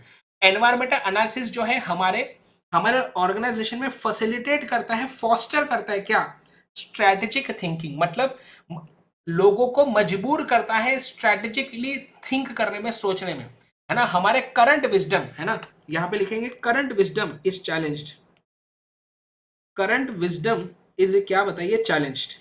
मतलब करंट विजडम इज चैलेंज्ड का मतलब क्या है? बोलते हैं हम जो करंटली जिस प्रकार से सोचते हैं, हमारे करंट नॉलेज को चैलेंज करता है क्या, एनवायरमेंटल एनालिसिस, क्योंकि इसमें हमें पता चलता है कि फ्यूचर में क्या हो सकता है, तो हमारा थॉट प्रोसेस उसके हिसाब से और चेंज होते जाता है। जैसे आजकल हमें पता चला है एआई के बारे में, आर्टिफिशियल इंटेलिजेंस के बारे में, पहले हमें इतनी जानकारी नहीं थी, लेकिन अब चैट जीपीटी जैसे बहुत सारे एआई की चीजें आ गई। अब हर एक बिजनेस ऑर्गेनाइजेशन सोच रहा होगा कि अब हम हमारे बिजनेस में भी एआई को कैसे इंट्रोड्यूस किए करें। समझ पा रहे हो? तो पहले कोई एआई के बारे में सोचता नहीं था, लेकिन अब जब धीरे धीरे एआई की बातें चालू हो रही है, अब हम एआई के बारे में सोचने पे मजबूर हो गए। समझ पा रहे हो? तो जब हम फ्यूचर की चीजों के बारे में एनालिसिस करते हैं तो हमें पता चलता है कि हमारे करंट थिंकिंग में क्या कमियां हैं, हम उसको भी और कैसे बदल सकते हैं और कैसे बेहतर कर सकते हैं, ऐसा। तो एनवायरमेंटल एनालिसिस, ठीक है। सो नेक्स्ट देखेंगे दोस्तों एनवायरमेंटल स्कैनिंग, ठीक है ना। स्कैनिंग में मैंने आपको बताया था, एनवायरमेंटल स्कैनिंग में क्या होता है कि ईयर ऑर्गेनाइजेशंस मॉनिटर, है ना, चेक करते हैं कि एनवायरमेंट में एग्जिस्टिंग अपॉर्चुनिटीज एंड थ्रेट्स क्या क्या है। अगेन इसका भी पर्पस सेम होता है, फॉर टेकिंग स्ट्रैटेजिक डिसीजंस। तो दोनों ही हमें एनवायरमेंटल एनालिसिस एंड स्कैनिंग दोनों ही हमें strategic decisions, long term decisions लेने में हेल्प करते हैं। बोलते हैं एनवायरमेंटल स्कैनिंग करने के लिए हमें 4 फैक्टर्स को कंसिडर करना पड़ता है, जो होते हैं इवेंट्स ट्रेंड्स, देन आपके इश्यूज एंड एक्सपेक्टेशंस, राइट। सो पहला देखेंगे इवेंट्स क्या होता है, certain happening in the environment which can be observed और ट्रैक्ड, है ना। तो हमारे एनवायरमेंट में किसी भी चीज का होना, इसे हम इवेंट बोलते हैं, ठीक है ना। आगे नेक्स्ट बात होती है आपका ट्रेंड। बोलते हैं इवेंट, जब कोई इवेंट होता है तो उसके वजह से हमें क्या क्या चेंजेस देखने को मिल रहे हैं हमारी इकोनॉमी में, वो ट्रेंड बताता है। ट्रेंड होता है grouping of similar events that tend to move in a direction which suggest a pattern of change. इसमें मैं जनरली एग्जांपल लेता हूँ कि जैसे अभी कोरोना आया था, उस समय पे लॉकडाउन हुआ, सबको बोला कि घर पे बंद रहो कुछ दिनों तक, जो धीरे धीरे फिर महीनों में तब्दील हो गया, ठीक है ना। तो लॉकडाउन हुआ, अब लॉकडाउन का होना क्या है, ये एक इवेंट है ना, किसी चीज का होना, लॉकडाउन हुआ एक इवेंट है। अब लॉकडाउन में हमें क्या ट्रेंड देखने को मिला, हमें यह देखने को मिला कि जब लोग घर पे बैठे थे खाली, उस समय पे उन्होंने मोबाइल फोन्स को यूज करना बहुत ज्यादा चालू कर दिया। तो इंस्टाग्राम पे यूजर्स एकदम से बढ़ गए, एकदम से लोगों ने जो है ऑनलाइन मूवीज वगैरह देखना स्टार्ट कर दिया, तो एकदम से ऑनलाइन यूसेज लोगों का काफी बढ़ गया था। ये हो गया ट्रेंड कि इवेंट को हमने ट्रैक किया, लॉकडाउन की वजह से पता चला कि लोग अब घर पे बैठ के इंटरनेट ज्यादा यूज कर रहे हैं, तो ये क्या हो गया, एक ट्रेंड पता चल रहा है। इसमें एमसीक्यू आता है कि लोग जो है आजकल ऑयली फूड से हेल्दी फूड को ज्यादा प्रेफर कर रहे हैं। ये क्या है, ये एक प्रकार का ट्रेंड है कि आजकल ट्रेंड चल रहा है हेल्दी फूड खाने का, ऐसा। आगे नेक्स्ट देखेंगे इश्यूज क्या होते हैं, current concerns in response to events and trends, है ना। तो ट्रेंड्स एंड इवेंट्स के रिस्पॉन्स में जो भी चिंताएं हमें हो रही है, जो हमारे ऑर्गेनाइजेशन को दिक्कतें हो सकती है, वो होते हैं कंसर्न्स या इश्यूज, है ना। तो जैसे जब इंटरनेट का यूसेज बहुत ज़्यादा बढ़ जाएगा तो ये इंटरनेट सर्विस प्रोवाइडर्स जैसे कि एयरटेल, वोडाफोन आइडिया, जियो, इनके ऊपर प्रेशर पड़ेगा। इनको लगेगा कि यार इतना ज़्यादा इंटरनेट यूसेज अगर बढ़ जाएगा तो क्या इनके पास इतनी कैपेसिटी है या नहीं, क्या ये हाई स्पीड इंटरनेट इतने लार्ज वॉल्यूम्स में प्रोवाइड कर पाएंगे या नहीं, ये क्या हो जाएगा एक इशू। एंड एक्सपेक्टेशन क्या होता है कि आपके जो इंटरेस्टेड ग्रुप्स है, या रादर हम बोल सकते हैं आपके जो कस्टमर्स है, वो आपसे क्या डिमांड करते हैं, वो आपसे क्या एक्सपेक्ट करते हैं।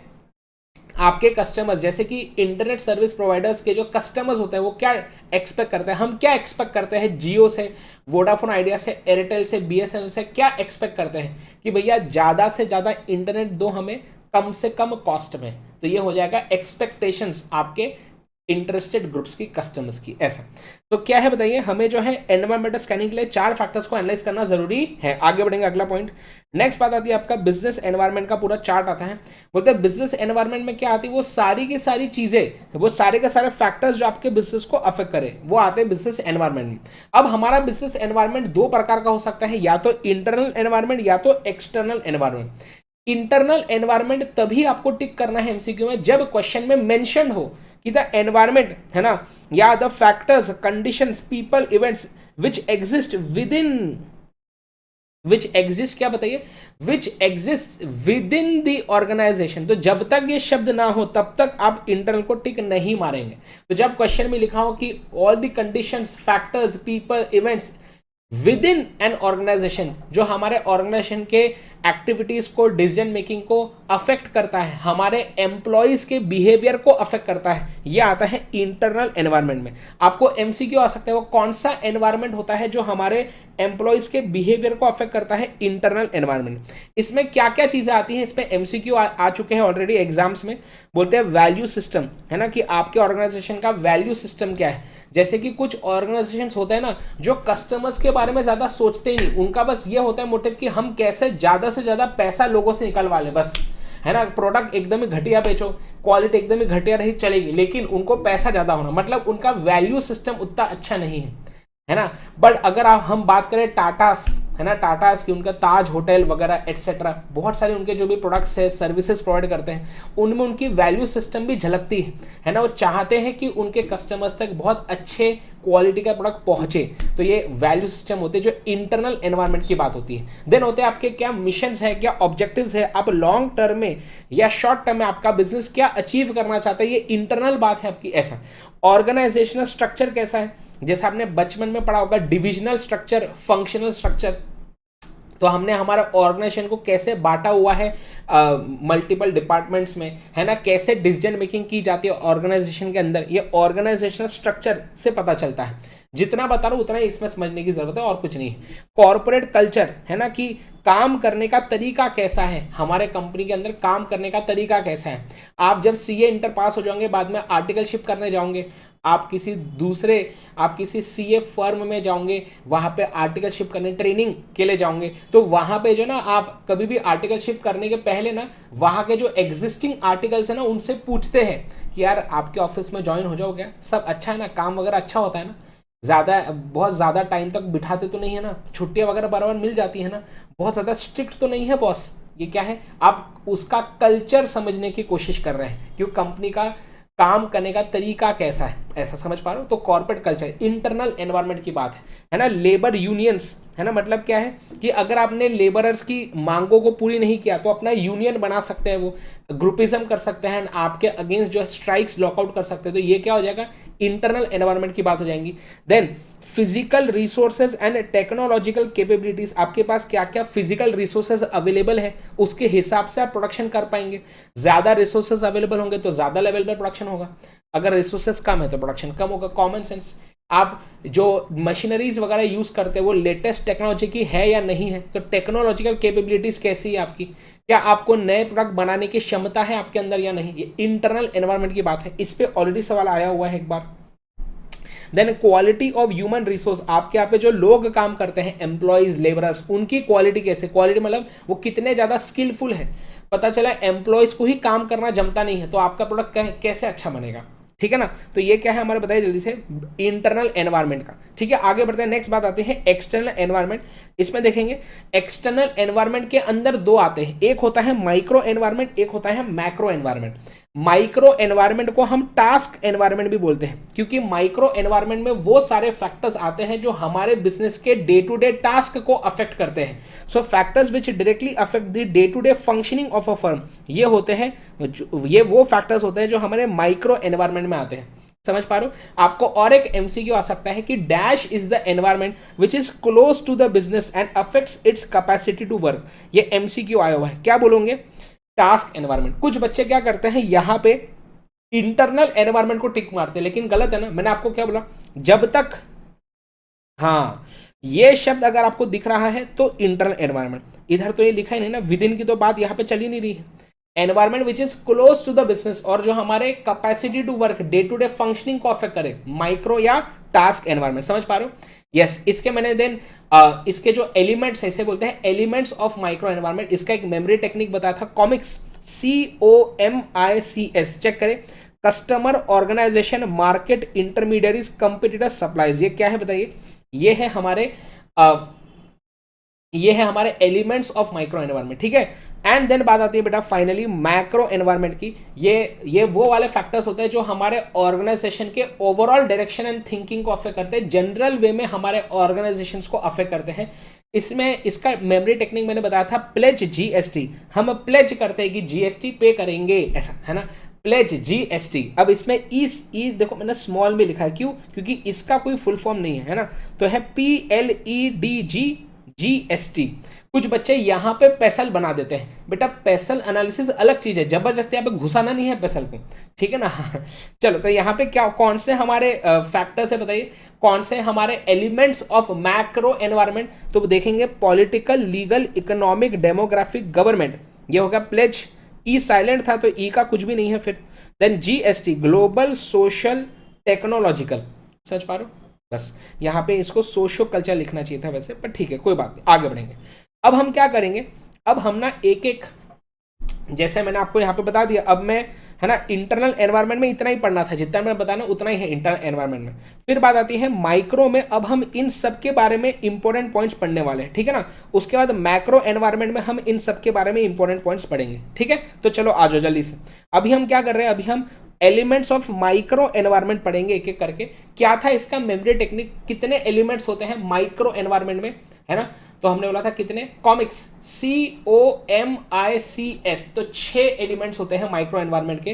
पहला है आपका C से कस्टमर, तो कस्टमर में क्या MCQ आ सकता है, चेक करिए।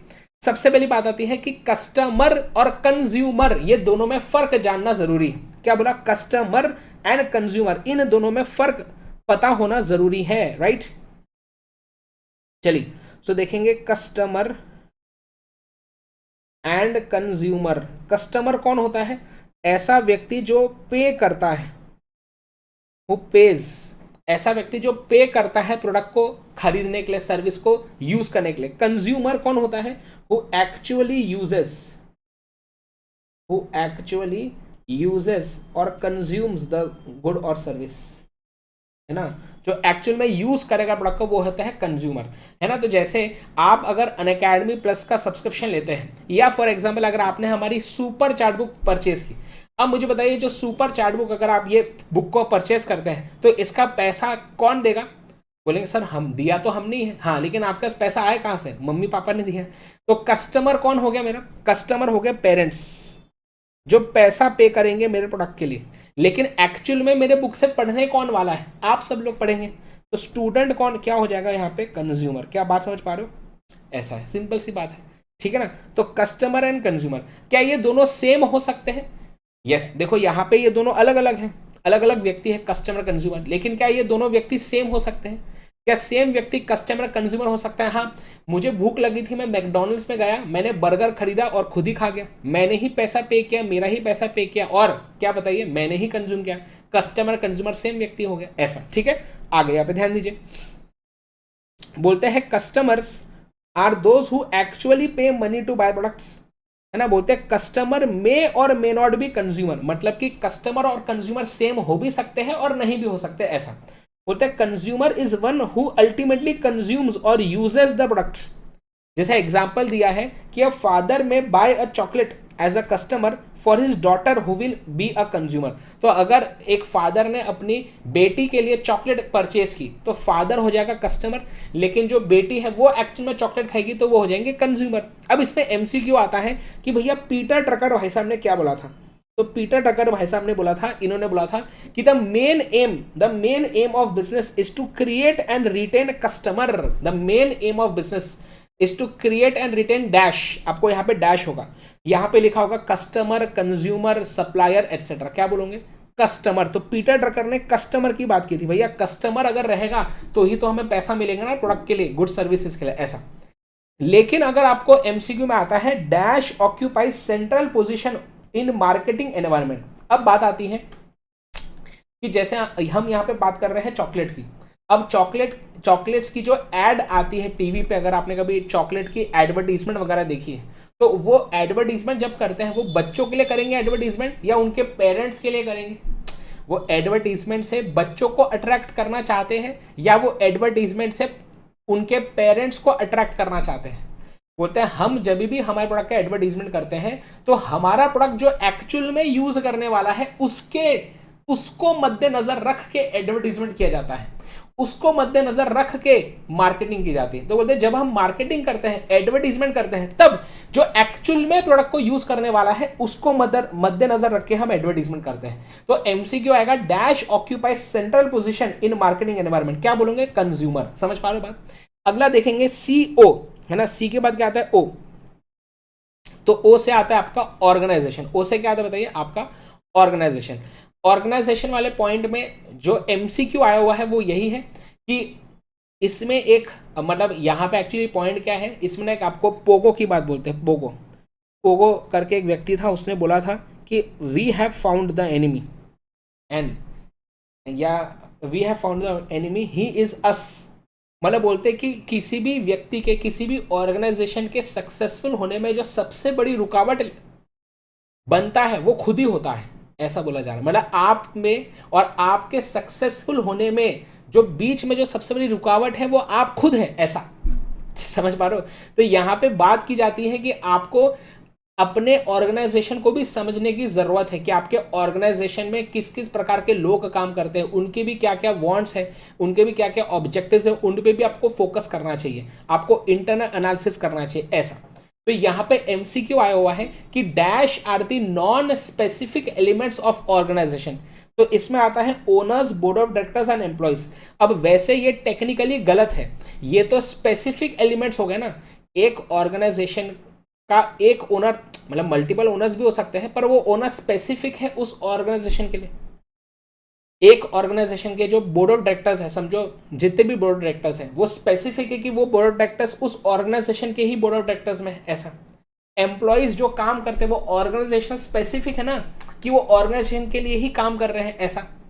तो वैसे देखा जाए तो ये नॉन स्पेसिफिक नहीं स्पेसिफिक एलिमेंट्स होते हैं, लेकिन इंस्टीट्यूट ने इसको ऐसे ही लिखा है बुक में, तो हमको आंसर भी ऐसे ही देना पड़ेगा। तो एमसीक्यू आएगा what are the non specific elements of organisation surrounding. क्या बोलेंगे? Owners, board of directors and employees. खत्म। अगली बात आती है, नेक्स्ट आती है बेटा बात, नेक्स्ट आती है मार्केट्स। अगली बात क्या आती है बताइए? अगली बात आती है मार्केट्स। मार्केट्स का मतलब होता है, बोलते हैं कस्टमर में, जब हम कस्टमर की बात कर रहे थे ना, यहाँ पे हम इंडिविजुअल कस्टमर, इंडिविजुअल कंज्यूमर की बात कर रहे थे। मार्केट का मतलब क्या है? सारे कस्टमर्स मिला के। बोलते हैं market is larger than customers. अब इसमें एक एमसीक्यू आता है कि आप मार्केट का जब एनालिसिस करते हैं तो उसमें कौन से फैक्टर पे फोकस करते हैं? तो उसमें पॉइंट आता है कि the price sensitivity.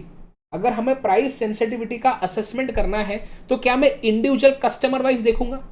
Price sensitivity का मतलब क्या है कि अगर मैंने मेरे प्रोडक्ट का प्राइस बढ़ाया तो कस्टमर्स कैसे रिस्पॉन्ड करेंगे। ऐसा तो नहीं कि डिमांड बहुत कम कर देंगे, ऐसा तो नहीं कि डिमांड बहुत बढ़ जाएगी। क्या होगा? प्राइस के बदलने की वजह से कस्टमर्स कैसे रिस्पॉन्ड करेंगे, ये होता है प्राइस सेंसिटिविटी बताता है। तो ये क्या मैं इंडिविजुअल कस्टमर वाइज देखते बैठूंगा क्या? अरे अगर मेरे हजारों कस्टमर है तो क्या इंडिविजुअल कस्टमर वाइज देखते बैठूंगा प्राइस सेंसिटिविटी? वो तो एज अ होल पूरे मार्केट का एक साथ असेस करना चाहूंगा, बस यही बात है, यही बात है। बोलते हैं कि जो हमारी प्राइस सेंसिटिविटी है ना, वो हम क्या सिर्फ कस्टमर के लिए, इंडिविजुअल कस्टमर के लिए करते हैं, बोलते नहीं। हम जो प्राइस सेंसिटिविटी है वो हम क्या करते हैं, वो हम पूरे मार्केट एज अ होल के लिए करते हैं असेसमेंट, ऐसा। बस ये एमसीक्यू आता है कि price sensitivity is to be analysed for the whole market, खत्म, इतना ही है। आगे नेक्स्ट अगली बात आती है इंटरमीडियरीज। तो बोलते हैं कि जब हम कोई प्रोडक्ट को बनाते हैं, जैसे आपने अभी जो भी टी शर्ट पहना होगा, जो भी शर्ट पहना होगा, जो भी आपने कपड़े पहने हैं, ठीक है ना, तो आपने जो भी अभी कपड़े पहने हुए हैं, वो कपड़े आपने कोई ना कोई शॉप से खरीदे होंगे, वो कपड़े आपने कोई ना कोई शॉप से आपने परचेस किए होंगे। जिस शॉप से आपने वो कपड़े खरीदे हैं, क्या वो शॉप वाले ने ही वो प्रोडक्ट बनाया है क्या? जिस शॉप से आपने कपड़े खरीदे हैं, क्या वही शॉप वाले ने वो क्लोथ्स बनाए हैं? नहीं, 95% केसेस में ऐसा नहीं होता है। वो शॉप वाला सिर्फ एक इंटरमीडिएट की तरह होता है। तो मैन्युफैक्चरर से लेके कस्टमर तक प्रोडक्ट को पहुंचाने के लिए जो भी लोग इन्वॉल्व होते हैं, वो सारे के सारे इंटरमीडियरीज कहलाते हैं, है ना, इंटरमीडियरीज कहलाते हैं। तो जैसे ऐसा हो सकता है कि मैन्युफैक्चरर ने सबसे पहले होलसेलर को बेचा प्रोडक्ट, फिर होलसेलर ने रिटेलर को बेचा, और फिर रिटेलर ने कस्टमर को बेचा। तो होलसेलर एंड रिटेलर ये दोनों क्या हो जाएंगे, इंटरमीडियरीज के जैसे हो जाएंगे, बस। अब इसमें एमसीक्यू आपको पूछते हैं कि जैसे आप बिग बाजार में गए या आप पैंटालून्स में गए, आपने पैंटालून्स में जाके एक टी शर्ट खरीदा। अब क्या वो टी शर्ट पैंटालून्स वाले ने खुद ने बनाया क्या? नहीं, वो तो कोई दूसरे ब्रांड का टी शर्ट होता है जो पैंटालून्स ने अपने शॉप में लगा के रखा है और जिसको बेच रहा है। तो एक एमसीक्यू आएगा, देखो यहाँ पे क्या लिखा है, आइए चेक करिए। बोलते हैं X mart stocks goods from various sellers in its huge store and charges money to sell products. तो इसमें पूछेगा कि ये एक्स मार्ट क्या है, इस क्वेश्चन में ये एक्स मार्ट क्या है, एक इंटरमीडियरी है, बस खत्म। अगली बात आती है कॉम्पिटिटर्स की, चले चेक करेंगे।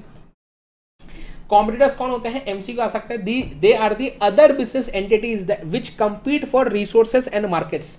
ये दूसरे बिजनेस एंटिटीज होते हैं जो रिसोर्सेज के लिए, मार्केट के लिए कॉम्पीट करते हैं। रिसोर्सेज मतलब हमारे जैसा ही प्रोडक्ट बना रहे हैं ना, तो हमको जो रिसोर्सेज लगते होंगे वही उनको भी लगेंगे।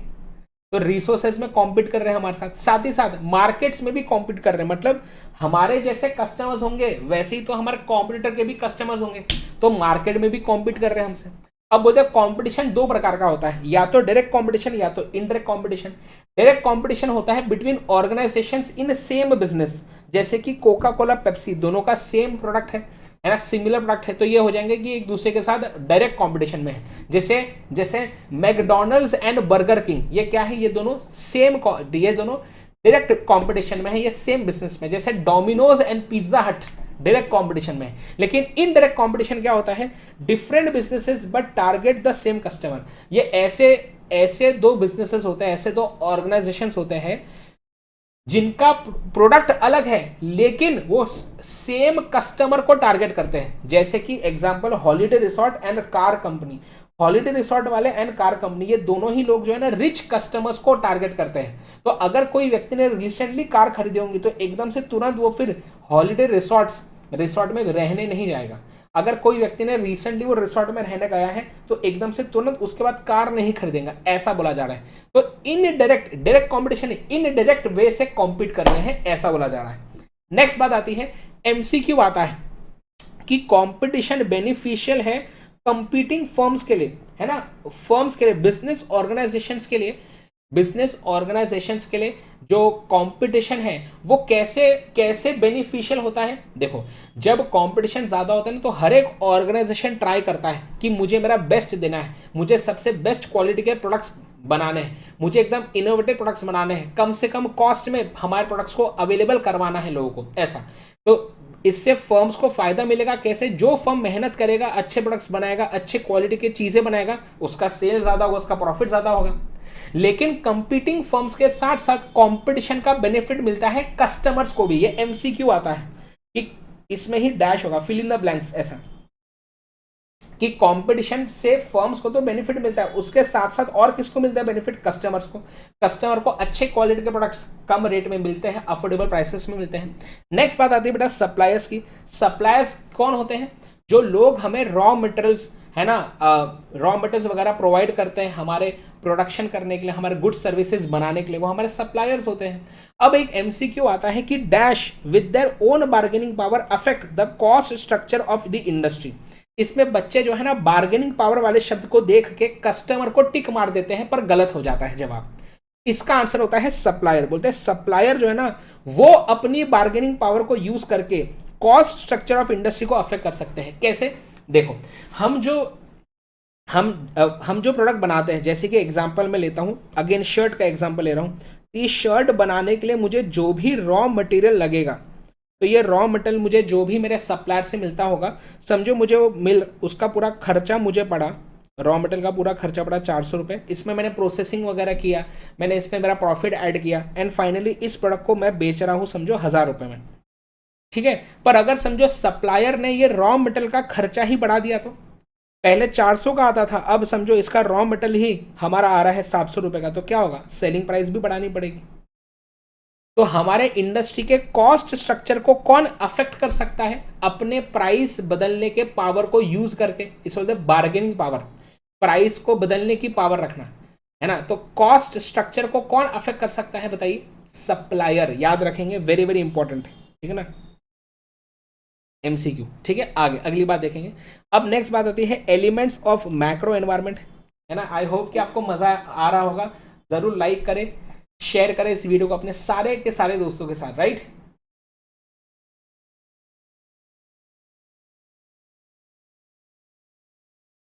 ये रिवीजन क्लास है, लेकिन मैं ट्राई कर रहा हूं कि सारे इंपॉर्टेंट पॉइंट्स हमारे कवर हो जाए, और यही अनोखी बात है हमारे इस सुपर चैट बुक की, कि सारी चीजें एकदम ही जबरदस्त तरीके से कवर्ड है। एंड साथ ही साथ जो है, हाँ, एंड साथ ही साथ जो है कि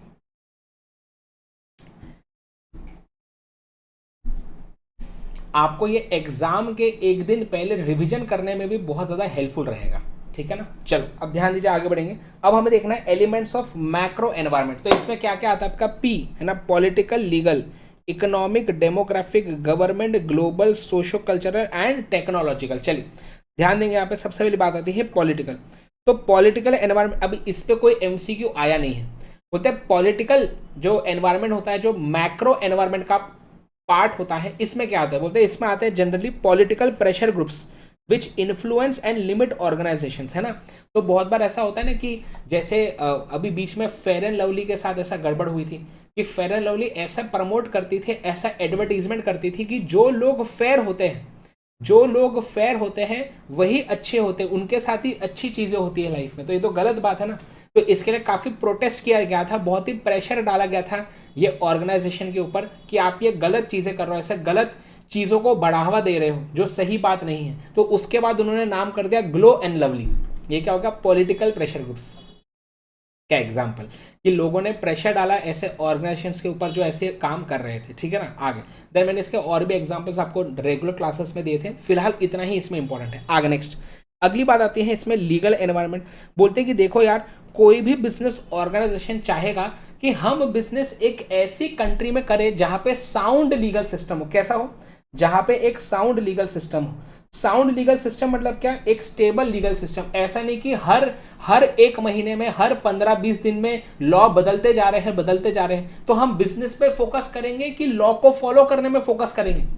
तो इसलिए साउंड लीगल सिस्टम होना जरूरी है, तभी हम ऐसी कंट्री में जाके काम करना चाहेंगे जहां पे साउंड लीगल सिस्टम हो, तभी अच्छे से काम कर पाएंगे, ऐसा बोला जा रहा है। अगली बात बोलते हैं कि यार देखो कि हमें जो है हमारे बिजनेस से रिलेटेड जितने भी लॉज होते हैं, क्या उनकी पूरी जानकारी होना जरूरी है, एकदम डिटेल्ड? तो बोलते हैं नहीं, हमें बस हमारे बिजनेस से रिलेटेड जो लॉज होते हैं उसका एक गुड वर्किंग नॉलेज होना जरूरी है। हमारा काम पुरता जितना नॉलेज है उतना होना चाहिए, एकदम डिटेल में सब पता हो इसकी जरूरत नहीं है। बोलते हैं कि हर एक बिजनेस ऑर्गेनाइजेशन को they must have a good working knowledge of the major laws affecting them. हाँ, तो क्या जो वर्किंग नॉलेज आपको नीचे एकदम डिटेल नॉलेज हर एक लॉ की होने की जरूरत नहीं है। आगे नेक्स्ट फिर बात आती है इकोनॉमिक एनवायरनमेंट की। इकोनॉमिक एनवायरनमेंट में आपको पहला एमसीक्यू आता है कि dash is the environment, dash environment refers to nature and direction of the economy in which a company competes और मे कंपीट। तो वो कौन सा एनवायरनमेंट होता है जिसके अंदर, है ना, जिसके अंदर जो है, या ये कौन सा एनवायरनमेंट होता है जो इकोनॉमी के नेचर एंड डायरेक्शन के बारे में बात करता है? Economic environment. बेटा क्वेश्चन में ही आंसर छुपा है ना। सिंपल सा सवाल है, इसमें भी बच्चे गलती करते हैं। मतलब ये बहुत ही ताजुब की बात है कि बच्चे ऐसे आसान सवालों में भी गड़बड़ करते हैं। क्या कर सकते हैं, चलिए आगे। ठीक है, तो बोलते हैं it determines the strength and the size of the market, है ना। तो इकोनॉमिक एनवायरनमेंट से पता चलता है strength and size of the market. तो जैसे यूएसए वगैरह में काफ़ी वेल्दी लोग रहते हैं, रिच लोग रहते हैं, तो वहाँ का स्ट्रेंथ बहुत ज़्यादा है मार्केट का, लोगों के अंदर परचेसिंग पावर वहाँ पे ज़्यादा है, राइट, ऐसी बात है। फिर इसमें वैसे तो और भी चीज़ें होती है, लेकिन अगली इंपॉर्टेंट बात यहाँ पे ये आती है कि इसमें ना बेटा आपको बताया गया है कि जैसे आपका ऑर्गेनाइजेशन, आपका बिजनेस जिस भी कंट्री में आप चलाते हैं, उस कंट्री में किस प्रकार का इकोनॉमिक सिस्टम है वो भी अफेक्ट करता है आपके बिजनेस को। जैसे अगर आप किसी कैपिटलिस्टिक इकोनॉमी में बिजनेस कर रहे हैं तो वहां पे गवर्नमेंट ने पूरा फ्रीडम दिया होता है, आपको जो रिसोर्सेज खरीदना है खरीदो, जो बिजनेस करना है करो। लेकिन अगर आप ऐसी जगह पे बिजनेस कर रहे हैं जहां पे सोशलिस्टिक इकोनॉमी है, तो गवर्नमेंट सारे रिसोर्सेज को अपने कंट्रोल में रखेगा और आपको ज्यादा रिसोर्सेज खरीदने देगा ही नहीं। एंड देन मिक्स्ड इकोनॉमी होती है जहां पे प्राइवेट इंडिविजुअल्स अपने मर्जी से जो करना चाहे कर सकते हैं, गवर्नमेंट भी कुछ बिजनेसेस करता है। यस और नो। इसके अंदर एक पॉइंट लिखा हुआ है कि एक मिक्स्ड इकोनॉमी में गवर्नमेंट के 4 इंपॉर्टेंट इकोनॉमिक रोल्स होते हैं, जिसका शॉर्ट फॉर्म मैंने दिया था क्लास में, प्रेप, PREP, है ना। तो आपको एमसीक्यू आ सकता है कि what are the 4 important economic roles played by the government in a mixed economy. तो कौन से prep, PREP, planning role, regulatory role, entrepreneur role and आखिरी क्या है बताइए, प्रमोशनल रोल। याद रहेगा बताइए फास्ट, प्रेप। ठीक है, अगली बात, इस पे अभी तक एमसीक्यू आया नहीं है पर आने की संभावना है। नेक्स्ट बात आती है बेटा आपकी डेमोग्राफिक एनवायरनमेंट की। डेमोग्राफिक में क्या आता है, बोलते हैं डेमोग्राफिक, पहले तो इस पे ही सवाल आता है कि डेमोग्राफिक का मतलब क्या है। तो डेमोग्राफिक का मतलब होता है कैरेक्टरिस्टिक्स ऑफ अ पॉपुलेशन, कि एक पर्टिकुलर एरिया में किस प्रकार के लोग रहते हैं, है ना, ह्यूमन बींग्स किस प्रकार के हैं, ह्यूमन पॉपुलेशन किस प्रकार के हैं, है ना, आपके एरिया में। तो क्या हो जाता है, डेमोग्राफी बताते हैं। तो कैरेक्टरिस्टिक्स ऑफ पॉपुलेशन, इसका मतलब ही क्या होता है, डेमोग्राफी। इसमें क्या आता है कि आप जहां पे बिजनेस कर रहे हैं वहां के एरिया में जो लोग रहते हैं वो कौन से रेस के हैं, मतलब कौन से कास्ट के हैं, उनकी एज ग्रुप क्या है जनरल, है ना, इनकम कितना है, एवरेज इनकम कितने लोगों की, जनरल एज प्रोफाइल, है ना, सेक्स रेशो या जेंडर रेशो, कितने मेल है कितने फीमेल है कितने अदर्स है ना, then education, population size, geographic distribution, और क्या बताइए, एथनिक मिक्स, इनकम डिस्ट्रीब्यूशन, ये सारी चीज किस में आते हैं, डेमोग्राफिक एनवायरनमेंट में। अब पॉइंट आता है सर ये एथनिक मिक्स क्या होता है। तो हम बचपन में पढ़ते हैं इंडिया में यूनिटी इन डाइवर्सिटी, है ना, यूनिटी इन डाइवर्सिटी। हमारे कंट्री में लोग जो है अलग अलग एथनिसिटी से बिलोंग करते हैं, अलग अलग कास्ट, अलग अलग रिलीजन के होते हैं, और सब लोग साथ में मिलकर रहते हैं हमारे इंडिया में। कितनी बढ़िया बात है। वैसे ही एक ऑर्गेनाइजेशन के अंदर भी तो जो एम्प्लॉयज होते हैं वो क्या एक ही रिलीजन के होते हैं सब लोग, नहीं। अगर कोई एक बड़ी कंपनी, उसमें मल्टीपल अलग अलग प्रकार के लोग साथ में आके काम करेंगे ना, तो बोलते हैं ethnic mix is a mixture of people from different ethnic groups who live in the same place. तो बोलते हैं the corporate pressure to increase and improve diversity in countries workforce comes under this element. बोलते हैं कि हर एक company पे ये pressure भी डाला जाता है कि यार आपको कोई डिस्क्रिमिनेशन नहीं करना चाहिए लोगों के बीच में on the basis of caste या रिलीजन या समझ लीजिए जेंडर एटसेट्रा।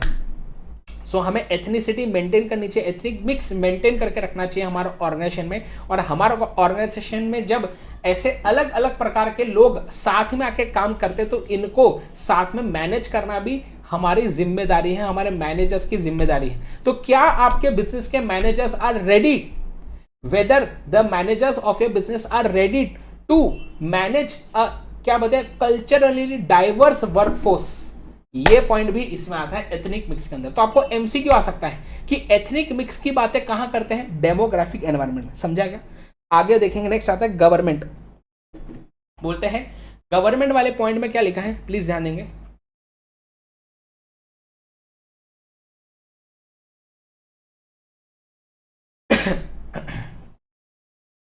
गवर्नमेंट वाले पॉइंट में लिखा है the type of government running a country influences the business. तो किस प्रकार की गवर्नमेंट आपकी कंट्री को अभी चला रही है ना, कौन सी पॉलिटिकल पार्टी जो गवर्नमेंट को चला रही है अभी, है ना, वो भी इन्फ्लुएंस करेगा आपके बिजनेस करने के तरीकों को। क्यों, क्योंकि जो है जिस भी प्रकार की पार्टी होंगी, जिस भी प्रकार की गवर्नमेंट है, वो अपने आइडियोलॉजी के हिसाब से रूल्स रेगुलेशन एंड लॉज बनाएगी।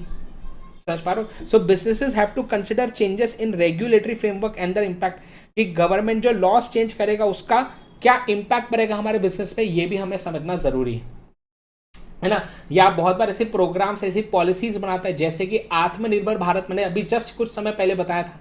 तो आत्मनिर्भर भारत ये इनिशिएटिव बहुत अच्छी चीज थी हमारे इंडिया के डोमेस्टिक कंपनीज के लिए, कि मेड इन इंडिया चीजें प्रमोट हो रही थी, लेकिन फॉरेन कंपनीज के लिए यही चीज क्या थी, बुरी थी, है ना। लोग जो है अभी धीरे धीरे इंडिया में बनी हुई चीजों को ज्यादा प्रेफर करते हैं इंडिया के अंदर, यस और नो, ऐसा। आगे फिर बात आती है ग्लोबल एनवायरनमेंट। बोलते हैं आजकल जो है बहुत से ऑर्गेनाइजेशंस जो है वो सिर्फ अपने ही कंट्री तक सीमित नहीं रहते हैं, वो अपने गुड्स को, अपने सर्विसेज को बाकी कंट्रीज में भी जाके क्या सेल करते हैं। साथ ही साथ जो है बहुत सारी ऐसी कंपनीज आजकल आ चुके हैं जो सिर्फ एक कंट्री में नहीं, मल्टीनेशनल है, मल्टी नेशंस में काम करती हैं, मल्टीपल कंट्रीज में उनके ब्रांचेस हैं। तो जब ऐसी चीजें होती है तो ग्लोबल एनवायरनमेंट भी आपके बिजनेस को अफेक्ट करता है। समझ पा रहे हो बात? हाँ। तो बोलते हैं न्यू, अच्छा बहुत बार क्या होता है कि समझो अगर हमारे कंपनी में, जैसे इंडिया की किसी कंपनी में यूएसए का कोई बंदा आके काम करेगा, या उल्टा इंडिया का कोई बंदा गया यूएसए की किसी कंपनी में काम करने के लिए। अब जो इंडिया का जो बंदा था उसका काम करने का तरीका है ना, रहने का तरीका अलग होता है, और यूएसए में अलग प्रकार से लोग रहते हैं। तो थोड़ा सा क्या माइग्रेटरी हैबिट्स को समझना जरूरी है। हमारे यहाँ पे जो वर्कफोर्स है वो अलग अलग प्रकार के लोग होंगे। तो बहुत बार क्या होता है कि जब दूसरे कंट्री के लोग हमारे काम करने आते हैं तो क्या होता है, new migratory habits of workforce as well as increased offshore operations are changing operations, है ना, sorry, are changing the dynamics of business operations. मतलब बोलते हैं कि देखो जब दूसरे कंट्री के लोग हमारे यहाँ पे आके काम करेंगे तो उनका काम करने का तरीका उनको समझाना पड़ेगा, उनको ट्रेनिंग देनी पड़ेगी कि हमारे यहाँ पे काम कैसे होता है। साथ ही साथ जो है इंक्रीज्ड ऑफ शोर ऑपरेशंस, मतलब सिर्फ हमारे कंट्री में नहीं, हम हमारे गुड्स को बाहर भी जाके बेच रहे हैं। इसके वजह से जो है ग्लोबल एनवायरनमेंट अफेक्ट करता है बिजनेस को। एमसीक्यू आ सकता है कि impact of significant international events, जैसे कि स्पोर्ट्स मीट या टेररिस्ट अटैक अगर होता है तो ये हमारे बिजनेसेस को अफेक्ट कर सकता है। फॉर एग्जाम्पल बेटा, दो कंट्री से, कंट्री ए और कंट्री बी। अब कंट्री ए की एक कंपनी है, कंट्री ए की कंपनी है XYZ कंपनी। कहाँ की कंपनी है? कंट्री ए की। पर इन्होंने अपना एक ब्रांच ओपन करके रखा है कंट्री बी में, और ये कंट्री बी में भी बहुत बढ़िया पैसा कमाते हैं। लेकिन अब क्या हुआ ना कि कंट्री ए ने जो है वॉर कर दिया कंट्री बी पे, या कंट्री ए के कुछ लोगों ने टेररिस्ट अटैक कर दिया कंट्री बी पे। अब कंट्री बी की गवर्नमेंट बोलेंगे एक काम करो, कंट्री ए से जितनी भी कंपनी आई है ना सबका बिजनेस बंद करो, हमको होना ही नहीं वो कंट्री के। समझ पा रहे हो? तो जब ऐसी सारी चीजें होती हैं तो बिजनेस पे भी बुरा असर पड़ता है, ऐसा बोला जा रहा है। ठीक है, आगे बढ़ेंगे अगला। फिर बात आती है सोशो कल्चरल एनवायरनमेंट। इसमें क्या आता है कि आप जिस भी कंट्री में, जिस भी एरिया में बिजनेस करते हैं, वहां पे जो लोग रहते हैं वो किस प्रकार के रीति रिवाजों को फॉलो करते हैं, है ना। बोलते हैं सोशो कल्चर एनवायरनमेंट में आता है all the social traditions, values, beliefs, customs, है ना, वैल्यू सिस्टम, बिलीफ सिस्टम, ये सब किस में आता है बताइए? सोशो कल्चरल एनवायरनमेंट में आता है। ठीक है ना। हाँ, हम यहाँ पे ऑर्गेनाइजेशन के वैल्यू सिस्टम की बात नहीं कर रहे, हम यहाँ पे ऑर्गेनाइजेशन के वैल्यू सिस्टम की बात नहीं कर रहे। ऑर्गेनाइजेशन का वैल्यू सिस्टम इंटरनल एनवायरनमेंट में आता है।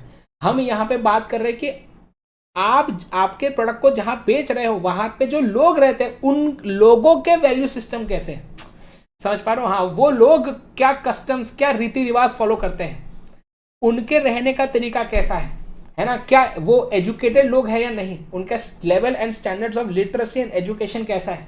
अगर लिटरेट लोग ज्यादा होंगे, पढ़े लिखे लोग ज्यादा है आपके एरिया में, तो बुक्स वगैरह ज्यादा बिकेगी, न्यूज़पेपर ज्यादा बिकेंगे। अगर पढ़े लिखे लोग नहीं हैं तो फिर नहीं बिकेंगे। सोशल ट्रेडिशंस, वैल्यू सिस्टम्स, अगर हम बात करें कि इंडिया में ही नॉर्थ में अलग अलग प्रकार की फेस्टिवल्स मनाई जाती हैं, ईस्ट में अलग प्रकार की होती है, तो नॉर्थ की फेस्टिवल, ईस्ट की फेस्टिवल अलग अलग होती है, नॉर्थ की फेस्टिवल, साउथ की फेस्टिवल्स अलग अलग होती है। तो अलग अलग जगह पे जो रीति रिवाज है हमारे वो अलग अलग होते हैं। देन आप आपके देखो, आपके वैल्यू सिस्टम्स बताते हैं, लोगों के वैल्यू सिस्टम बताते हैं कि आप आपके सोसाइटी में विमेन को कितना रिस्पेक्ट करते हैं। तो what is the role of women in the society? MCQ आ सकता है। कहाँ आएगा ये पॉइंट? Socio culture environment. आपको एमसीक्यू आएगा फैमिली स्ट्रक्चर कैसा है है ना। फैमिली स्ट्रक्चर, आप जहाँ पे बिजनेस करते हैं वहाँ पे फैमिली स्ट्रक्चर कैसा, मतलब कि क्या आपके कंट्री में जॉइंट फैमिली ज़्यादा है या न्यूक्लियर फैमिली ज़्यादा है। न्यूक्लियर फैमिली मतलब मियाँ बीवी बच्चे सहित, बस मतलब क्या हस्बैंड वाइफ एंड उनके बच्चे, बस ये होता है न्यूक्लियर फैमिली। लेकिन जॉइंट फैमिली क्या होता है कि हस्बैंड वाइफ उनके बच्चे, देन हस्बैंड का जो भाई है या भाई है वो भी साथ में रहता है, हस्बैंड के मॉम डैड वो भी साथ में रहते हैं। ऐसा समझ पा रहा हूँ मैं क्या बोलना चाह रहा हूँ, पूरे जॉइंट फैमिली। तो किस प्रकार का फैमिली स्ट्रक्चर है ये भी आपका वैल्यू सिस्टम एक्चुअली बताता है। तो इंडिया में इनिशियली, अब तो इंडिया में भी काफ़ी न्यूक्लियर फैमिलीज बढ़ते जा रही है, पर इनिशियली आप सबको पता होगा, आपके भी केस में ऐसा होगा, अभी भी होता है, ऐसा नहीं कि अभी नहीं है, अभी भी बहुत से ऐसे लोग हैं जिनकी जॉइंट फैमिलीज ही होती हैं, और जॉइंट फैमिली में रहने का मजा भी कुछ और होता है। अब इससे फर्क क्या पड़ता है कि जॉइंट फैमिली ज्यादा होगी तो फिर बंगलोज, बड़े बंगलोज के डिमांड वगैरह ज्यादा होगी। लेकिन अगर न्यूक्लियर फैमिली ज्यादा है, छुटपुट फैमिली ज्यादा है, तो फिर फ्लैट सिस्टम का डिमांड ज्यादा होगा। समझ पा रहे हो बोलना क्या चाह रहा हूं मैं, ऐसा। तो सोशो कल्चर एनवायरमेंट। नेक्स्ट अगली बात आती है टेक्नोलॉजिकल एनवायरमेंट। एमसीक्यू आता है कि business and technology are dash, क्या बोलोगे, बिजनेस एंड टेक्नोलॉजी एक दूसरे से रिलेटेड भी है और एक दूसरे पे डिपेंडेंट भी है। रिलेटेड कैसे एक दूसरे से, बोलते हैं कि हम बिजनेस चलाने के लिए टेक्नोलॉजी को यूज करना ही पड़ेगा। टेक्नोलॉजी के बगैर आज के ज़माने में तो बिजनेस चल ही नहीं सकता है ना। तो बिजनेस जो है वो टेक्नोलॉजी पे डिपेंडेंट है, और अगर हमारे इकोनॉमी में कस्टमर्स को लेटेस्ट टेक्नोलॉजी वाली चीज़ें चाहिए तो कौन प्रोवाइड करेगा, बिजनेस ऑर्गेनाइजेशंस। सो क्या बोलते हैं, बिजनेस टेक्नोलॉजी पे डिपेंडेंट है, टेक्नोलॉजी से रिलेटेड है, एंड टेक्नोलॉजी बिजनेस पे डिपेंडेंट है, उससे रिलेटेड है। तो business and technology inter related and interdependent, खत्म, सिंपल बात है। एमसीक्यू आता है इसके ऊपर, ठीक है। आगे फिर बात आती है कि देखो, हम जब टेक्नोलॉजिकल एनवायरनमेंट को एनालाइज कर रहे हैं उस समय पे समझो यूएसए में ना कोई नई प्रकार की टेक्नोलॉजी बनी, जैसे एयरपॉड्स, एप्पल कंपनी ने सबसे पहले बनाए थे एयरपॉड्स, जो वायरलेस ईयरफोन्स के जैसे, है ना, सबसे पहले उन्होंने बनाए थे। अब इंडिया में अगर कोई कंपनी उसके जैसा कोई प्रोडक्ट बनाना चाहती है तो उनको क्या ये देखना पड़ेगा क्या कि इंडिया और यूएसए का रिलेशन कैसा है? ये क्या होता है, ये सवाल आया हुआ है। आपको सवाल पूछते हैं कि हमें टेक्नोलॉजिकल एनवायरनमेंट को एनालाइज करते वक्त कौन से फैक्टर को असेस करने की जरूरत नहीं है। बोलते हैं relation with the country creating the technology is not to be considered. समझ पा रहे हो, एमसीक्यू क्या आएगा, आपको बोलेंगे कि टेक्नोलॉजिकल एनवायरनमेंट को एनालाइज करने के लिए हम कौन से फैक्टर्स को कंसिडर करते हैं। पहला बोलते हैं कैपिटल रिक्वायरमेंट। ऑब्वियसली कोई भी नई टेक्नोलॉजी को अडॉप्ट करते समय क्या आप ये देखेंगे कि उस टेक्नोलॉजी को यूज करने का खर्चा कितना लगेगा। यस, आप जब भी कोई नई टेक्नोलॉजी को अडॉप्ट करने के बारे में सोचेंगे तो क्या आप ये देखेंगे कि मेरी करंट टेक्नोलॉजी में क्या यूज कर रहा हूं, उसके हिसाब से देखूंगा। क्या पता ऐसा हो सकता है कि करंट टेक्नोलॉजी ही मेरी अच्छी है, जरूरत नहीं है नई टेक्नोलॉजी की, हो सकता है ऐसा भी। क्या नई टेक्नोलॉजी को अडॉप्ट करते समय क्या आप ये चेक करेंगे कि और फ्यूचर में क्या टेक्नोलॉजीज आ सकती है। ऐसा तो नहीं कि अगर मैं थोड़ा सा रुक जाऊं तो फ्यूचर में और बढ़िया टेक्नोलॉजी आ सकती है, तो इसको भी हम कंसिडर करेंगे। लेकिन कोई नई टेक्नोलॉजी को अडॉप्ट करते समय हम ये देखेंगे क्या कि वो नई टेक्नोलॉजी कौन से कंट्री में बनी है और उस कंट्री के साथ हमारा रिलेशन कैसा है। नहीं, ये सब चीजें देखने की जरूरत नहीं है। ये आपके स्टडी मटेरियल का लास्ट एमसीक्यू है, चेक कर लेना, ठीक है ना। चलो आगे बढ़ेंगे, अगली बात आती है। अच्छा, मैंने ना बीच में एक पॉइंट छोड़ा था, मैंने बोला था कि ये बात मैं बाद में बताऊंगा। इसमें एमसीक्यू आता है कि Barry Richman and Melvin Copen, तो इन लोगों ने एक चीज बोली थी कि environmental factors are largely if not totally, environmental factors are largely if not totally external and beyond the control of organisation, है ना। एमसीक्यू आता है बेटा इस पॉइंट पे कि environmental factors are dash external and beyond the control of organisation. क्या environment के फैक्टर्स पूरे ही आउट ऑफ कंट्रोल होते हैं? नहीं, बोलते हैं जो इंटरनल एनवायरमेंट के फैक्टर्स है, इंटरनल एनवायरमेंट के फैक्टर है वो तो हमारे कंट्रोल में होते हैं। अरे हमारे ऑर्गेनाइजेशन के जो इंटरनल एनवायरमेंट के फैक्टर्स है वो तो हमारे ही कंट्रोल में होंगे, लेकिन एक्सटर्नल एनवायरमेंट के फैक्टर्स हमारे कंट्रोल में नहीं होते। तो बोलते हैं पूरे बिजनेस एनवायरमेंट में कुछ फैक्टर्स हमारे कंट्रोल में होते हैं और कुछ नहीं होते। तो इसलिए बोला कि business environment is largely if not totally external and beyond the control. मतलब कि कुछ पार्ट एनवायरमेंट का कंट्रोल में होता है एंड कुछ नहीं होता, ऐसा। तो किसने बोला था बताइए? ये बोला था बेटा बैरी रिचमैन एंड मेल्विन कॉपेन, याद रखेंगे, एमसीक्यू आ सकता है। अगली बात देखेंगे जल्दी से, नेक्स्ट। ओके, अगली बात आती है बेटा स्वॉट एनालिसिस, जल्दी से देखेंगे। स्वॉट एनालिसिस क्या लिखा है? बोलते हैं बिजनेस फर्म्स अंडरटेक स्वॉट analysis to understand external and internal environment. तो हमारे एक्सटर्नल और इंटरनल एनवायरनमेंट को समझने के लिए जो एनालिसिस यूज करते हैं उसे बोलते हैं स्वॉट एनालिसिस। स्वॉट में आपको पहला एमसीक्यू आता है इसके फुल फॉर्म का, तो फुल फॉर्म है बेटा स्ट्रेंथ, वीकनेस, अपॉर्चुनिटी, थ्रेट। खत्म, टाटा बाय बाय। पहला सवाल तो यही आता है।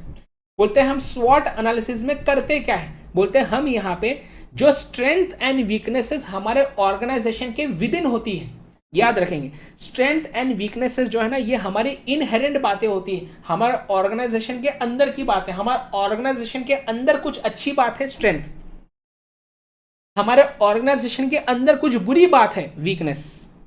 तो जो strength and weaknesses within the organisation होते हैं उसे हम मैच करते हैं विथ अपॉर्चुनिटीज एंड थ्रेट्स जो एक्सटर्नल में होते हैं, which exist in external environment. और ये हम क्यों करते हैं? ताकि हम एक अच्छी स्ट्रैटेजी बना सकें हमारे बिजनेस के लिए, ठीक है ना। तो ये एमसीक्यू आएगा, याद रखेंगे। Strength and weakness internal environment में होते हैं एंड अपॉर्चुनिटी एंड थ्रेट्स जो है वो एक्सटर्नल एनवायरनमेंट में होता है, याद रखना जरूरी है। आगे बोलते हैं कि हम हमेशा ट्राई करेंगे टू कैपिटलाइज ऑन अपॉर्चुनिटी, मतलब कि अपॉर्चुनिटीज को ग्रैब करेंगे। अपॉर्चुनिटीज एक ऐसा फेवरेबल कंडीशन होता है एक्सटर्नल एनवायरनमेंट में जिसको अगर हमने यूज किया तो हमें मॉनेटरी फायदा हो सकता है। तो हम ट्राई करेंगे कि हम कैपिटलाइज करें, यूज करें अपॉर्चुनिटीज को, ग्रैब करें, ऐसा। तो हम ट्राई करेंगे कि हम हमारे अपॉर्चुनिटीज को कैपिटलाइज करें थ्रू यूज ऑफ स्ट्रेंथ्स। तो हमारे अंदर अंदरूनी जो स्ट्रेंथ्स है उसको यूज करेंगे बाहर की एक्सटर्नल अपॉर्चुनिटीज को कैपिटलाइज करने में। एंड जो थ्रेट्स, जो बाहर, जो एक्सटर्नल एनवायरनमेंट की वजह से जो हम पे नुकसान हमको हो सकता है, उससे बचने के लिए हमें हमारी कमियों पे काम करना पड़ेगा। बोलते हैं in order to neutralise the threats by minimising impact of weaknesses, ठीक है ना। चलिए आगे बढ़ेंगे तो जल्दी से देखेंगे स्ट्रेंथ क्या होता है। बोलते हैं स्ट्रेंथ होता है इनहेरेंट कैपेसिटी। इनहेरेंट मतलब अंदरूनी, इंटरनल एनवायरनमेंट में होता है ना ये, अंदरूनी हमारे अंदर कुछ ऐसी कैपेसिटी, कुछ एबिलिटी है जिसको अगर हमने यूज किया तो हमको एक स्ट्रेटेजिक एडवांटेज मिलेगा हमारे कॉम्पिटिटर्स के प्रति। तो एमसीक्यू आ सकता है सुपीरियर आर&डी स्किल्स। आर&डी का मतलब होता है रिसर्च एंड डेवलपमेंट। बोलते हैं सुपीरियर आर&डी स्किल्स, ये किस चीज का एग्जांपल है? स्ट्रेंथ का, समझ पा रहे हो। वैसे ही एग्जांपल आपको, वैसे ही अगला आएगा आपको वीकनेस। बोलते हैं वीकनेस क्या होता है? वीकनेस होता है इनहेरेंट लिमिटेशन जिससे हमें एक स्ट्रेटेजिक डिसएडवांटेज मिल सकता है हमारे कॉम्पिटिटर्स के प्रति। हमारे अंदर कमी है कुछ, हमारे ऑर्गेनाइजेशन के अंदर कुछ कमी। Example over dependence on a single product line. ये जो प्रॉब्लम है ये ऑर्गेनाइजेशन के बाहर है कि अंदर है? ऑर्गेनाइजेशन के अंदर प्रॉब्लम है कि हमारे जो है समझो 10 प्रोडक्ट है लेकिन एक ही प्रोडक्ट है जो ज्यादा बिकता है। 95% सेल वो एक ही प्रोडक्ट का होता है। अगर वही प्रोडक्ट बिकना बंद हो गया तो कंपनी बंद हो जाएगी। तो over dependence on a single product, ये क्या है? ये वीकनेस हो सकती है किसी ऑर्गेनाइजेशन की, समझ पा रहे हो। अगली बात आती है बेटा अपॉर्चुनिटी। अपॉर्चुनिटी क्या होता है? Favourable condition. एक्सटर्नल एनवायरनमेंट में कोई फेवरेबल चीज है कि जिसको अगर हमने ग्रैब किया अपॉर्चुनिटी को तो इससे हम कुछ पैसा कमा सकते हैं और हमारे पोजीशन को और स्ट्रेंथन कर सकते हैं मार्केट में, ऐसा। So favourable condition in the external environment which a organization can use to consolidate and strengthen its position, क्या है? opportunity।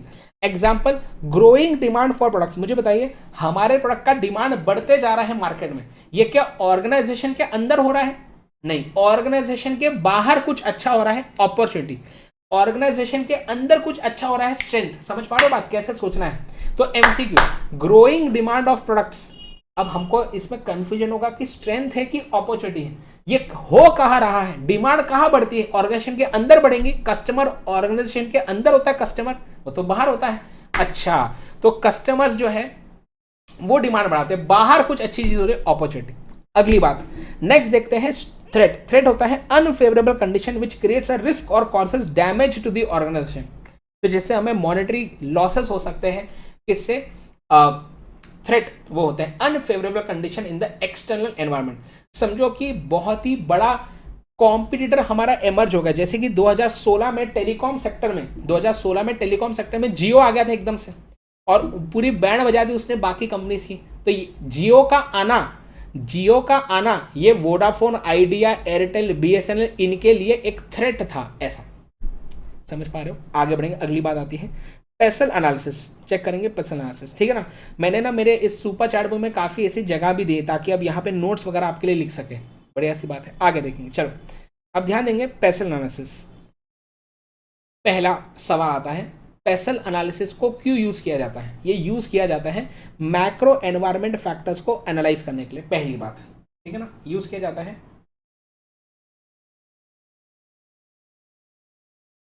मैक्रो एनवायरमेंटल फैक्टर्स को एनालाइज करने के लिए, मतलब माइक्रो को करते क्या? नहीं, माइक्रो के लिए नहीं, किसके लिए? Macro, okay. जैसे हर व्यक्ति के जीवन में पहले कोई होता है, वैसे पेसल एनालिसिस में इसके जीवन में पहले क्या था? पेस्ट था। बोलते पहले से पेसल नहीं, पहले पेस्ट था ये। बोलते earlier traditional framework was paste analysis. इसमें एमसीक्यू आता है कि ये पेस्ट एनालिसिस में ई का फुल फॉर्म क्या है? क्या बोलोगे? ई का फुल फॉर्म था इकोनॉमिक। सर पेसल का भी फुल फॉर्म बताई दो। तो पेसल का फुल फॉर्म है बेटा political, economic, social, technological, legal, environmental, ठीक है ना। अब इस पर सुनना बात ध्यान से, इसमें बात ध्यान से सुनना, इसमें गड़बड़ होती है एक यहाँ पे। अब इंस्टीट्यूट ने क्या किया बेटा, आपके बुक में ये लिखा है सोशो कल्चरल। कहाँ लिखा है ये उन्होंने सिर्फ पहले पैराग्राफ में ऐसा लिखा है इसको, लेकिन बाकी सारी जगहों पे इन्होंने सोशल लिखा है। तो अगर आपको एमसीक्यू आए कि the letter S in PESTLE stands for, और एमसीक्यू में हुआ क्या बेटा, ये जून 22 एग्जाम में सवाल आया था, और एमसीक्यू में उन्होंने ये भी ऑप्शन दिया था अलग से, ये भी ऑप्शन दिया था अलग से, और नन ऑफ द अबव या बोथ ए एंड बी वाला ऑप्शन नहीं था। तो किसको चुनना चाहिए? टेक्निकली देखा जाए, लॉजिकली देखा जाए, तो आंसर यहां पे होना चाहिए सोशल, याद रखेंगे। तो S stands for in पेसल, social, याद रखेंगे, ठीक है। आगे, ठीक है ना। तो यहां पे सिर्फ एक जगह पे प्रिंटिंग मिस्टेक हो गई इंस्टीट्यूट से, बाकी सारी जगह पे उन्होंने पेसल में एस को सोशल लिखा है, आपके बुक में भी चेक कर सकते हैं, ठीक है ना। तो याद रखेंगे S stands for social, okay. पेसल के पहले क्या था? Paste analysis. पेस्ट में ई का फुल फॉर्म क्या है? इकोनॉमिक, ये भी एमसीक्यू आता है। पेसल क्यों यूज करते हैं? मैक्रो एनवायरनमेंट के फैक्टर्स को एनालाइज करने के लिए, बस, ओके। आगे बढ़ेंगे, बोलते हैं अगला एमसीक्यू आता है कि वो कौन सा टूल है जिसका एडवांटेज है of encouraging management into proactive and structured thinking in decision making. इसमें जनरली बच्चे स्वॉट एनालिसिस को टिक मार देते हैं, जबकि आंसर है बेटा पेसल। तो याद रखेंगे कि पेसल एनालिसिस का ये एडवांटेज है कि ये मैनेजमेंट को एंकरेज करता है into proactive and structured thinking. मतलब कि हम पेसल एनालिसिस जब करते हैं ना, तो एक मैट्रिक्स बनाते हैं। क्या बनाते हैं? एक मैट्रिक्स। मैट्रिक्स कैसा होता है? तो PESTLE, ऐसा हम एक मैट्रिक्स बनाएंगे। देन लिखेंगे पॉलिटिकल फैक्टर्स कौन से जो हमारे बिजनेस को अफेक्ट करते हैं, इकोनॉमिक फैक्टर्स कौन से जो हमारे बिजनेस को अफेक्ट करते हैं, ठीक है ना। हाँ, फिर उसके बाद सोशल फैक्टर्स कौन से जो हमारे बिजनेस को अफेक्ट करेंगे, देन टेक्नोलॉजिकल, लीगल, एनवायरमेंटल, ऐसा। और फिर देखेंगे कि कौन से फैक्टर्स हमारे बिजनेस को अभी अफेक्ट कर रहे हैं, तो उसके लिए स्ट्रैटेजी बनाओ, ऐसा। तो ये क्या होता है ना, हमें प्रोएक्टिव बनाते हैं, हम कुछ गड़बड़ होने के पहले ही तैयार रहते हैं, ऐसा। प्रोएक्टिव थिंकिंग में हेल्प करता है कौन, बताइए? पेसल एनालिसिस, याद रखेंगे। तो प्रोएक्टिव एंड स्ट्रक्चर्ड थिंकिंग में कौन हेल्प करता है, बताइए? किसका एडवांटेज है? पेसल एनालिसिस एमसीक्यू आता है। पेसल का फुल फॉर्म मैंने बता दिया। अब ये एमसीक्यू में आया था बेटा, आपको ना पेसल मैट्रिक्स बुक में दिया हुआ है, और हर एक उसमें आपको बताया कि पॉलिटिकल में कौन से फैक्टर आएंगे, इकोनॉमिक में कौन से आएंगे, वो आप अलग से बुक में जाके पढ़ सकते हैं। अब एमसीक्यू क्या आया वहां पे वो देखिए, वहां पे एमसीक्यू आया बेटा यहाँ पे, है ना। इसलिए बेटा कुछ बच्चे क्या सोचते हैं कि सिर्फ रिविजन देख के ही काम कर लेते हैं, पर ऐसा नहीं होता ना। इतने सारे बच्चों ने जब रेगुलर क्लासेस देखी, उनको भी तो कुछ एक्स्ट्रा फायदा तो होगा ही। ऑब्वियसली मैं यहाँ पे सारे एमसीक्यूज आपको कवर तो करवा रहा हूँ, सारे इंपॉर्टेंट पॉइंट्स तो कवर करवा ही रहा हूँ, लेकिन अब इंस्टीट्यूट का एकदम क्या बताइए, उनका दिमाग घूम गया और उन्होंने एकदम ही नए सवाल पूछना चालू कर दिया। ऐसा नहीं होता कभी कि पूरा ही पेपर नए सवाल से आया है। 10 सवाल 15 सवाल पूछेंगे नए, बाकी सब तो पुराने वाले ही पूछते हैं, तो टेंशन लेने की जरूरत नहीं है, ठीक है ना। हाँ, लेकिन ऑब्वियसली जो बच्चों ने डिटेल्ड सेशंस हमारे देखे हैं अनअकैडमी प्लस पे, उनको एक एडेड एडवांटेज तो हमेशा ही होगा, ठीक है ना। वो तो आपको मानना पड़ेगा ना, जो ज़्यादा समय देगा, ज़्यादा मेहनत करेगा, वो तो डिजर्व करता है ना ज़्यादा मार्क्स लाना। लेकिन अभी भी हार नहीं माननी है, अगर अभी भी आप मेहनत करें तो आप भी बहुत अच्छे मार्क्स से पास हो सकते हैं, ठीक है ना। अब एमसीक्यू आया था बेटा जून 22 एग्जाम में कि intellectual property rights and copyright ये कौन से फैक्टर में आता है, पेसल में। अब इसको देख के हमको लगता कि लीगल में आना चाहिए, पर ये आता है टेक्नोलॉजिकल में। अरे हम जब कोई नई टेक्नोलॉजी बनाते हैं ना, तो उसको हमें उसका पेटेंट निकालना पड़ता है, कॉपीराइट निकालना पड़ता है, ताकि कोई और उसे चुरा ना ले। तो उस लॉजिक से सोचना है इसमें कि ये किस में आता है, टेक्नोलॉजिकल एनवायरनमेंट में। याद रखेंगे एमसीक्यू आता है जून 22 एग्जाम में, समझ पा रहे हो। अगला आपको सवाल आ सकता है कि वो कौन सा एनवायरनमेंट है जिसको अफेक्ट करता है टूरिज्म, फार्मिंग एंड इंश्योरेंस। वो होता है एनवायरमेंटल फैक्टर्स। ठीक है, एनवायरमेंटल फैक्टर जो है क्या बताइए, it affects industries such as tourism, farming, insurance. मतलब देखो, अगर हमारा फॉर एग्जाम्पल समर सीजन चल रहा है, तो समर सीजन के समय आप कश्मीर घूमने जाओगे, लेकिन क्या विंटर सीजन में कश्मीर जाओगे क्या? और ना आपकी कुल्फी जम जाएंगी बेटा, तो तब तो नहीं जाओगे। मतलब कि एनवायरनमेंट के बदलने से टूरिज्म अफेक्ट हो रहा है कश्मीर का। समर में बहुत ज़्यादा पैसा कमाएंगे टूरिज्म वाले कश्मीर में, लेकिन विंटर में ज़्यादा नहीं कमा पाएंगे। फार्मिंग, अगर समझो बारिश वगैरह सही समय से हुई तो खेती बाड़ी अच्छी होगी, बारिश सही प्रकार से नहीं हुई तो खेती बाड़ी अच्छे से नहीं होगी। इंश्योरेंस है, इंश्योरेंस अगर फ्लड्स आ गए, अर्थक्वेक आ गए, तो इंश्योरेंस कंपनी वालों को ज्यादा क्लेम्स देने पड़ेंगे, समझ पा रहे हो। तो एनवायरमेंटल फैक्टर्स होते हैं जो ये टूरिज्म, फार्मिंग, इंश्योरेंस को अफेक्ट करते हैं। ठीक है, अगला सवाल, ये न्यू पॉइंट ऐड किया बेटा आपके जो स्टडी मॉडल में न्यू पॉइंट ऐड किया है इंस्टीट्यूट ने, याद रखेंगे। ये है कि स्वॉट analysis is much broader than PESTEL analysis. ये एमसीक्यू आ सकता है।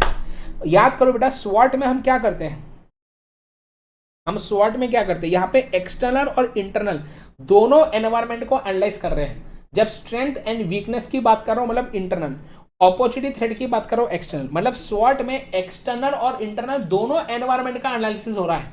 लेकिन पेसल में क्या हो रहा है, एक्सटर्नल के अंदर सिर्फ मैक्रो का एनालिसिस हो रहा है। मतलब ये दोनों में ज्यादा ब्रॉडर एनालिसिस कौन सा है, स्वॉट वाला। तो वही है एमसी, देखो बोलते हैं स्वॉट analysis is much broader than PESTEL analysis. याद रहेगा। आगे बढ़ेंगे, अगली बात देखेंगे जल्दी से। नेक्स्ट, या आई गेस ये लास्ट पॉइंट है हमारा, खत्म हो गया है, ठीक है ना। अब नेक्स्ट बात आती है बेटा स्ट्रैटेजिक रिस्पॉन्सेस, है ना। नेक्स्ट पॉइंट आता है आपका strategic responses to environment. I guess 10-15 minute में बस सेशन खत्म हो जाएगा, देखेंगे जल्दी से, देखेंगे। तो strategic responses to the environment दो प्रकार के होते हैं, एक होता है होलिस्टिक स्ट्रैटेजिक रिस्पॉन्स, एक होता है इंटरनल स्ट्रैटेजिक रिस्पॉन्स, ठीक है ना। देखेंगे, पहला है होलिस्टिक स्ट्रैटेजिक रिस्पॉन्स। मतलब बोलते हैं कि आपका ऑर्गेनाइजेशन ओवरऑल वे में है कैसा। बोलते हैं होलिस्टिक स्ट्रैटेजिक रिस्पॉन्स बताता है कि they cover the essence of the business as a whole. कि एसेंस मतलब कि एज अ होल आपका बिजनेस अंदर से है कैसा। जैसे अगर कोई व्यक्ति आलसी है तो सारे काम वो आलस में ही करेगा, और कोई व्यक्ति अगर एकदम फुर्तीला है, एनर्जेटिक है, तो वो सारे काम भी अपने एनर्जाइज्ड एनर्जी के साथ करेगा। समझ पा रहे हो, ये होता है होलिस्टिक स्ट्रैटेजिक रिस्पॉन्स। ये बताता है कि आप अंदर से जैसे होंगे उस प्रकार की हरकतें आप करोगे। लेकिन इंटरनल स्ट्रैटेजिक रिस्पॉन्स क्या होता है कि अगर समझो आप आलसी है, तो अब आप वापस से अगर फुर्तीले बनना चाहते हैं तो क्या करना पड़ेगा। तो इंटरनल स्ट्रैटेजिक रिस्पॉन्स बताता है कि अगर एक ऑर्गेनाइजेशन अंदर से खुद को बदलना चाहता है तो फिर उसे क्या स्ट्रैटेजीज को यूज करना चाहिए। तो होलिस्टिक स्ट्रैटेजी बताएंगी कि आप जैसे है वैसी हरकतें आप करोगे, पर अगर अंदर से बदलना चाहते हो तो इंटरनल स्ट्रैटेजिक रिस्पॉन्सेस को अपनाइए। पॉइंट समझा। चलो चेक करेंगे। होलिस्टिक स्ट्रैटेजिक रिस्पॉन्स में सबसे पहले आता है लीस्ट रेजिस्टेंट। बोलते हैं कुछ ऐसे ऑर्गेनाइजेशन होते हैं जो एकदम आलसी होते हैं। They are simple goal maintaining units. Simple goal बनाएंगे, इनके ज्यादा बड़े सपने नहीं होते। दे आर नॉट एम्बिशियस, मतलब इनके कोई ज्यादा बड़े सपने नहीं होते कि हमें हमारी कंपनी को नंबर 1 बनाना है, सबसे ज्यादा कस्टमर्स हमारे होने चाहिए। ऐसा कोई इनका एम्बिशन, कोई बड़ा सपना नहीं होता। ये अपने अप्रोच में हमेशा पैसिव होते हैं, मतलब आराम का काम है, एकदम एक्टिव होके कुछ करेंगे ऐसा नहीं, है ना। जब बाकी ऑर्गेनाइजेशंस बहुत ही ज्यादा आगे निकल जाएंगे ना, तब इनको लगता अच्छा यार बाकी कंपनी ज्यादा आगे निकल गई है, चलो ठीक है यार कुछ करते हैं। मतलब ये अपने मन से कुछ नहीं करते, समझ पा रहे हो, passive in their behaviour. They are not ambitious and their content मतलब संतुष्टि का जीवन। They are content with taking simple बात, वो सिंपल सिंपल काम करके ही खुश रहते हैं, बस हमको ज्यादा कुछ बड़ा करना ही नहीं है ऐसा। इसका एग्जाम्पल दिया इंस्टीट्यूट ने BSNL। बताइए, अब ये मैं नहीं बोल रहा हूँ, इंस्टीट्यूट बेटा बोल रहा है आपकी बुक में, ये मैंने नहीं बोला है। आगे अगली बात देखेंगे नेक्स्ट। फिर आता है proceed with caution. Proceed with caution में क्या आता है बताइए, ये ऐसे ऑर्गेनाइजेशंस होते हैं who monitor the changes in the environment. ये ना, ये देखो ये क्या करते हैं ना, ये पूरे टाइम मॉनिटर करते हैं कि एक्सटर्नल एनवायरनमेंट में क्या हो रहा है, अभी चेक करो तो कॉम्पिटिटर्स क्या क्या कर रहे हैं। तो इसमें एग्जाम आता है एयरटेल का, वो देखते रहता है कि जियो क्या कर रहा है, वोडाफोन आइडिया क्या कर रहा है, अच्छा जियो ने कोई नया प्लान लाया है, चलो चलो चलो चलो हम भी नया प्लान लॉन्च करते हैं। ये क्या, प्रोसीड विद कॉशन। अब बेटा इसको ना एकदम ही दिल पे नहीं लेना है, इसको एकदम दिल पे नहीं लेना है। मतलब आप हर चीज में फिर इसको मत लगाना। मतलब आप ऐसा मत बोला कि सर एयरटेल मतलब हमेशा ऐसा करता क्या, एयरटेल भी बेटा कुछ नई चीजें खुद से करता होगा, पर ज्यादातर ऐसा देखने को मिला है कि वो इस कैटेगरी में आता है ऐसा। तो प्रोसीड विद कॉशन वाले ऑर्गेनाइजेशन क्या होते हैं, जो एनवायरनमेंट के चेंजेस को पूरे समय मॉनिटर करते रहते हैं, चेक करते रहते हैं, फिर देखते हैं अच्छा हमारे कॉम्पिटिटर ने कुछ नई चीज की क्या, चलो इसके वजह से हमारे बिजनेस पे क्या इंपैक्ट पड़ेगा, analyse that impact on their own goals, and then उसके हिसाब से ये खुद की अलग से स्ट्रैटेजी बनाएंगे, and they translate their assessment into specific strategies. कौन, प्रोसीड विद कॉशन वाले, एग्जांपल एयरटेल। एंड अगला बेटा लास्ट आता है इसमें डायनामिक रिस्पॉन्स वाले। ये बताने के पहले आपको मैं याद करा दूं, अपने जूनियर्स को आपको बताना है, क्या बताना आपके जूनियर्स को कि भैया मंजिल बैच को ज्वाइन करें for CA foundation December 23 exams. MV sir code आप यूज कर सकते हैं for discounts on Unacademy app. तो जो भी मैक्सिमम पॉसिबल डिस्काउंट्स होगा आपको सारे के सारे मिल जाएंगे, लेकिन मंजिल बैच को जरूर ज्वाइन करें। बहुत ही जबरदस्त तरीके से यहाँ पे क्लासेस हो रही है December 23 वाले बच्चों के लिए, ठीक है ना। चलो बढ़ते हैं आगे, नेक्स्ट अगली बात। ओके सर आई, तो मैं बात कर रहा था डायनामिक रिस्पॉन्स। तो इसमें ना बेटा मोदी जी का एक डायलॉग है, आपदा को अवसर में बदलना, ये होते हैं डायनामिक रिस्पॉन्स वाले। बोलते हैं ऐसे ऑर्गेनाइजेशंस जो थ्रेट को भी अपॉर्चुनिटी में कन्वर्ट कर डाले। ओ हो, आपदा को अवसर में बदल दे। ऐसे जो ऑर्गेनाइजेशंस होते हैं वो होते हैं डायनामिक रिस्पॉन्स वाले, फुर्तीले, एक्टिव हमेशा। दे आर हाईली कॉन्शियस, उनको पता होता है हमेशा कि उनमें क्या क्या अच्छाइयाँ हैं, उनकी क्या क्या बुराइयाँ हैं, और वो काम करते रहते हैं। तुरंत उनको जैसे पता चलता है कि कुछ कमी है हमारे किसी काम में, तुरंत उसको ठीक करो, तुरंत उसे बेहतर करो। बोलते हैं they are highly conscious and confident of their own strengths and weaknesses. उनका फीडबैक सिस्टम बहुत ही डायनामिक होता है। जैसे ही कोई प्रोडक्ट बनाते हैं दनादन लोगों से फीडबैक लेते हैं, और फीडबैक्स लेके अपने प्रोडक्ट को और सुधारते रहते हैं, और पावरफुल बनाते रहते हैं, और बेहतर बनाते रहते हैं। डायनामिक रिस्पॉन्स वाले एग्जाम्पल रिलायंस जियो इंस्टीट्यूट ने दिया है, ठीक है ना। आगे नेक्स्ट अगली बात देखेंगे। नेक्स्ट आता है इंटरनल स्ट्रेटेजिक रिस्पॉन्स। क्या होते हैं, हॉलिस्टिक क्या थे कि आप अंदर से है कैसे, तो आपकी हरकतें भी वैसी होंगी। पर अगर आप अब अपने आप को अंदर से बदलना चाहते हो तो क्या करना पड़ेगा, तो फिर इंटरनल स्ट्रेटेजिक रिस्पॉन्स को अपनाना पड़ेगा ऐसा। इसमें 3 आता है, एडमिनिस्ट्रेटिव, कॉम्पिटिटिव एंड कलेक्टिव। जल्दी से देखेंगे। पहला क्या आता है आपका एडमिनिस्ट्रेटिव रिस्पॉन्स। इसमें क्या आता है, MCQ आएगा कि dash is the strategy which involves formation or clarification of organization's mission। तो हमें पता चला हमारा ऑर्गेनाइजेशन में कुछ दिक्कतें हो रही हैं, तो अब हमें इंटरनली क्या करना है, चेंज करना है अपने ऑर्गेनाइजेशन को, है ना, और बेहतर बनना है। तो क्या करें, हमने जो पुराने मिशंस, पुराने ऑब्जेक्टिव्स जो बना के रखे, पुराने जो गोल्स बना के रखे, उनको ही बदलने की जरूरत है और वापस से, है ना, काम करने की जरूरत है ऐसा। सो फॉर्मेशन और clarification of the organisation missions, objectives, ये क्या हो जाएगा, एडमिनिस्ट्रेटिव रिस्पॉन्स।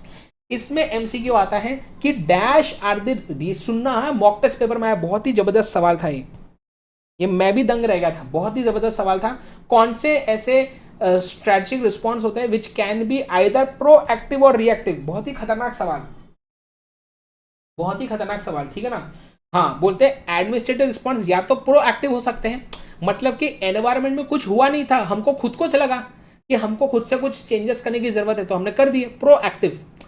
और रिएक्टिव क्या होता है कि जब कुछ गड़बड़ हो गई उसके बाद उसके रिएक्शन पे हमने कोई काम किया ऐसा।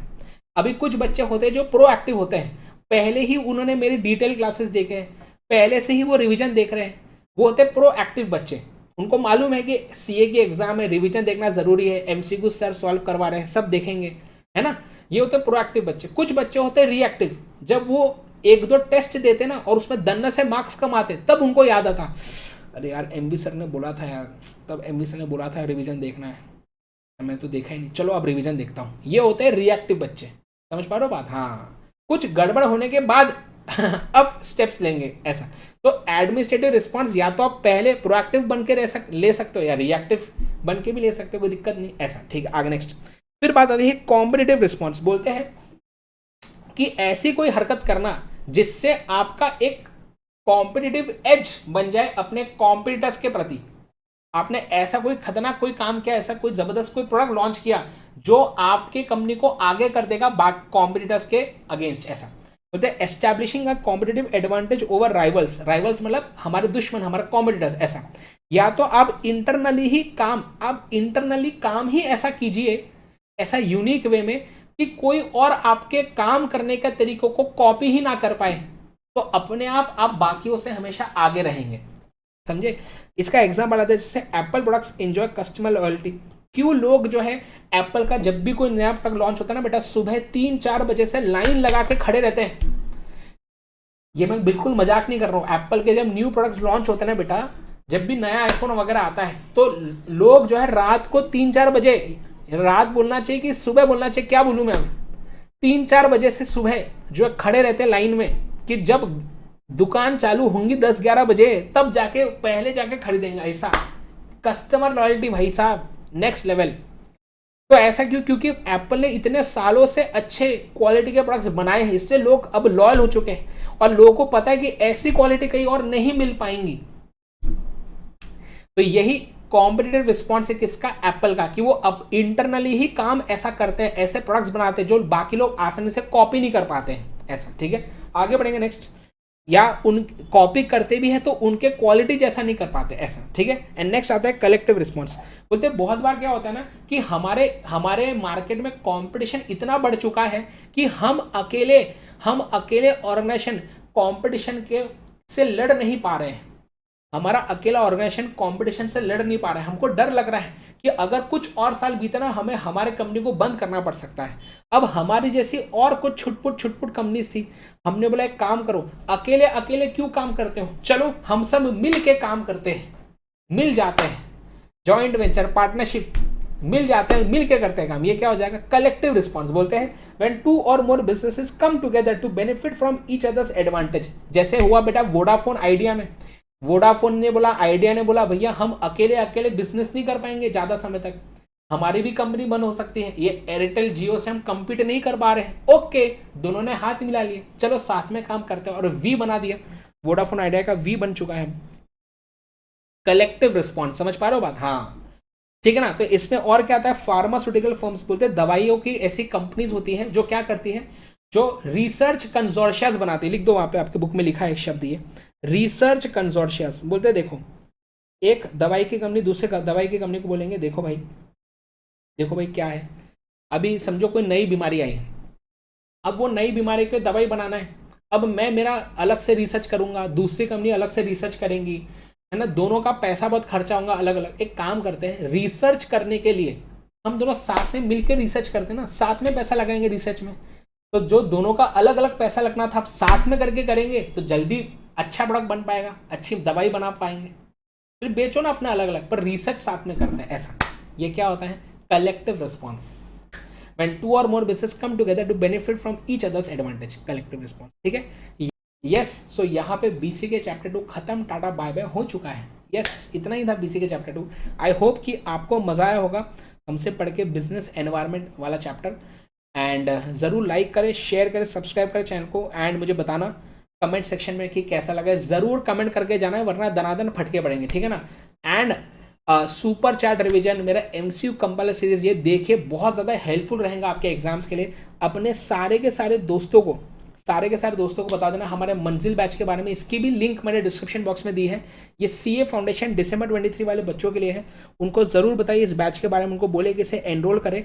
एंड यहाँ पे ये मुझसे पढ़ सकते हैं, और मेरे से भी ज़्यादा ज़बरदस्त टीचर्स है ना इस बैच में है, जो चारों सब्जेक्ट सीए फाउंडेशन के यहाँ पे कवर हो रहे हैं। टाइम टेबल है इसका, सुबह 8 बजे लाइव आता हूँ मैं इस बैच में, तो जरूर आइए अगर आप दिसंबर 23 के स्टूडेंट हैं तो, ठीक है। तो थैंक यू सो मच। मुझे फॉलो करें अनअकैडमी ऐप पे, जितने भी ये फ्री सेशंस लेता हूँ उनकी लिंक्स मैं अपलोड कर दूंगा यहाँ पे, या आप इस वीडियो के डिस्क्रिप्शन बॉक्स में भी जाके चेक कर सकते हैं, मेरी वर्चुअल लाइब्रेरी की लिंक है ये, एंड बाकी भी प्लेलिस्ट के लिंक्स मैंने दिए हैं, जरूर जाके देखें। And MV sir code use करें फॉर ऑल दी सब्सक्रिप्शंस, तो जो भी मैक्सिमम पॉसिबल डिस्काउंट्स होंगे आपको मिल जाएंगे, ठीक है। So thank you so much. अपना ख्याल रखें, अपने पेरेंट्स का ख्याल रखें, क्योंकि हमारे पेरेंट्स के बिना कुछ भी नहीं है। Thanks guys, bye bye. मिलते हैं ऐसे ही अगले सेशन में, एंड मुझे जरूर बताइए कि आपको नेक्स्ट कौन से चैप्टर का रिवीजन करना है। Thank you so much, bye bye.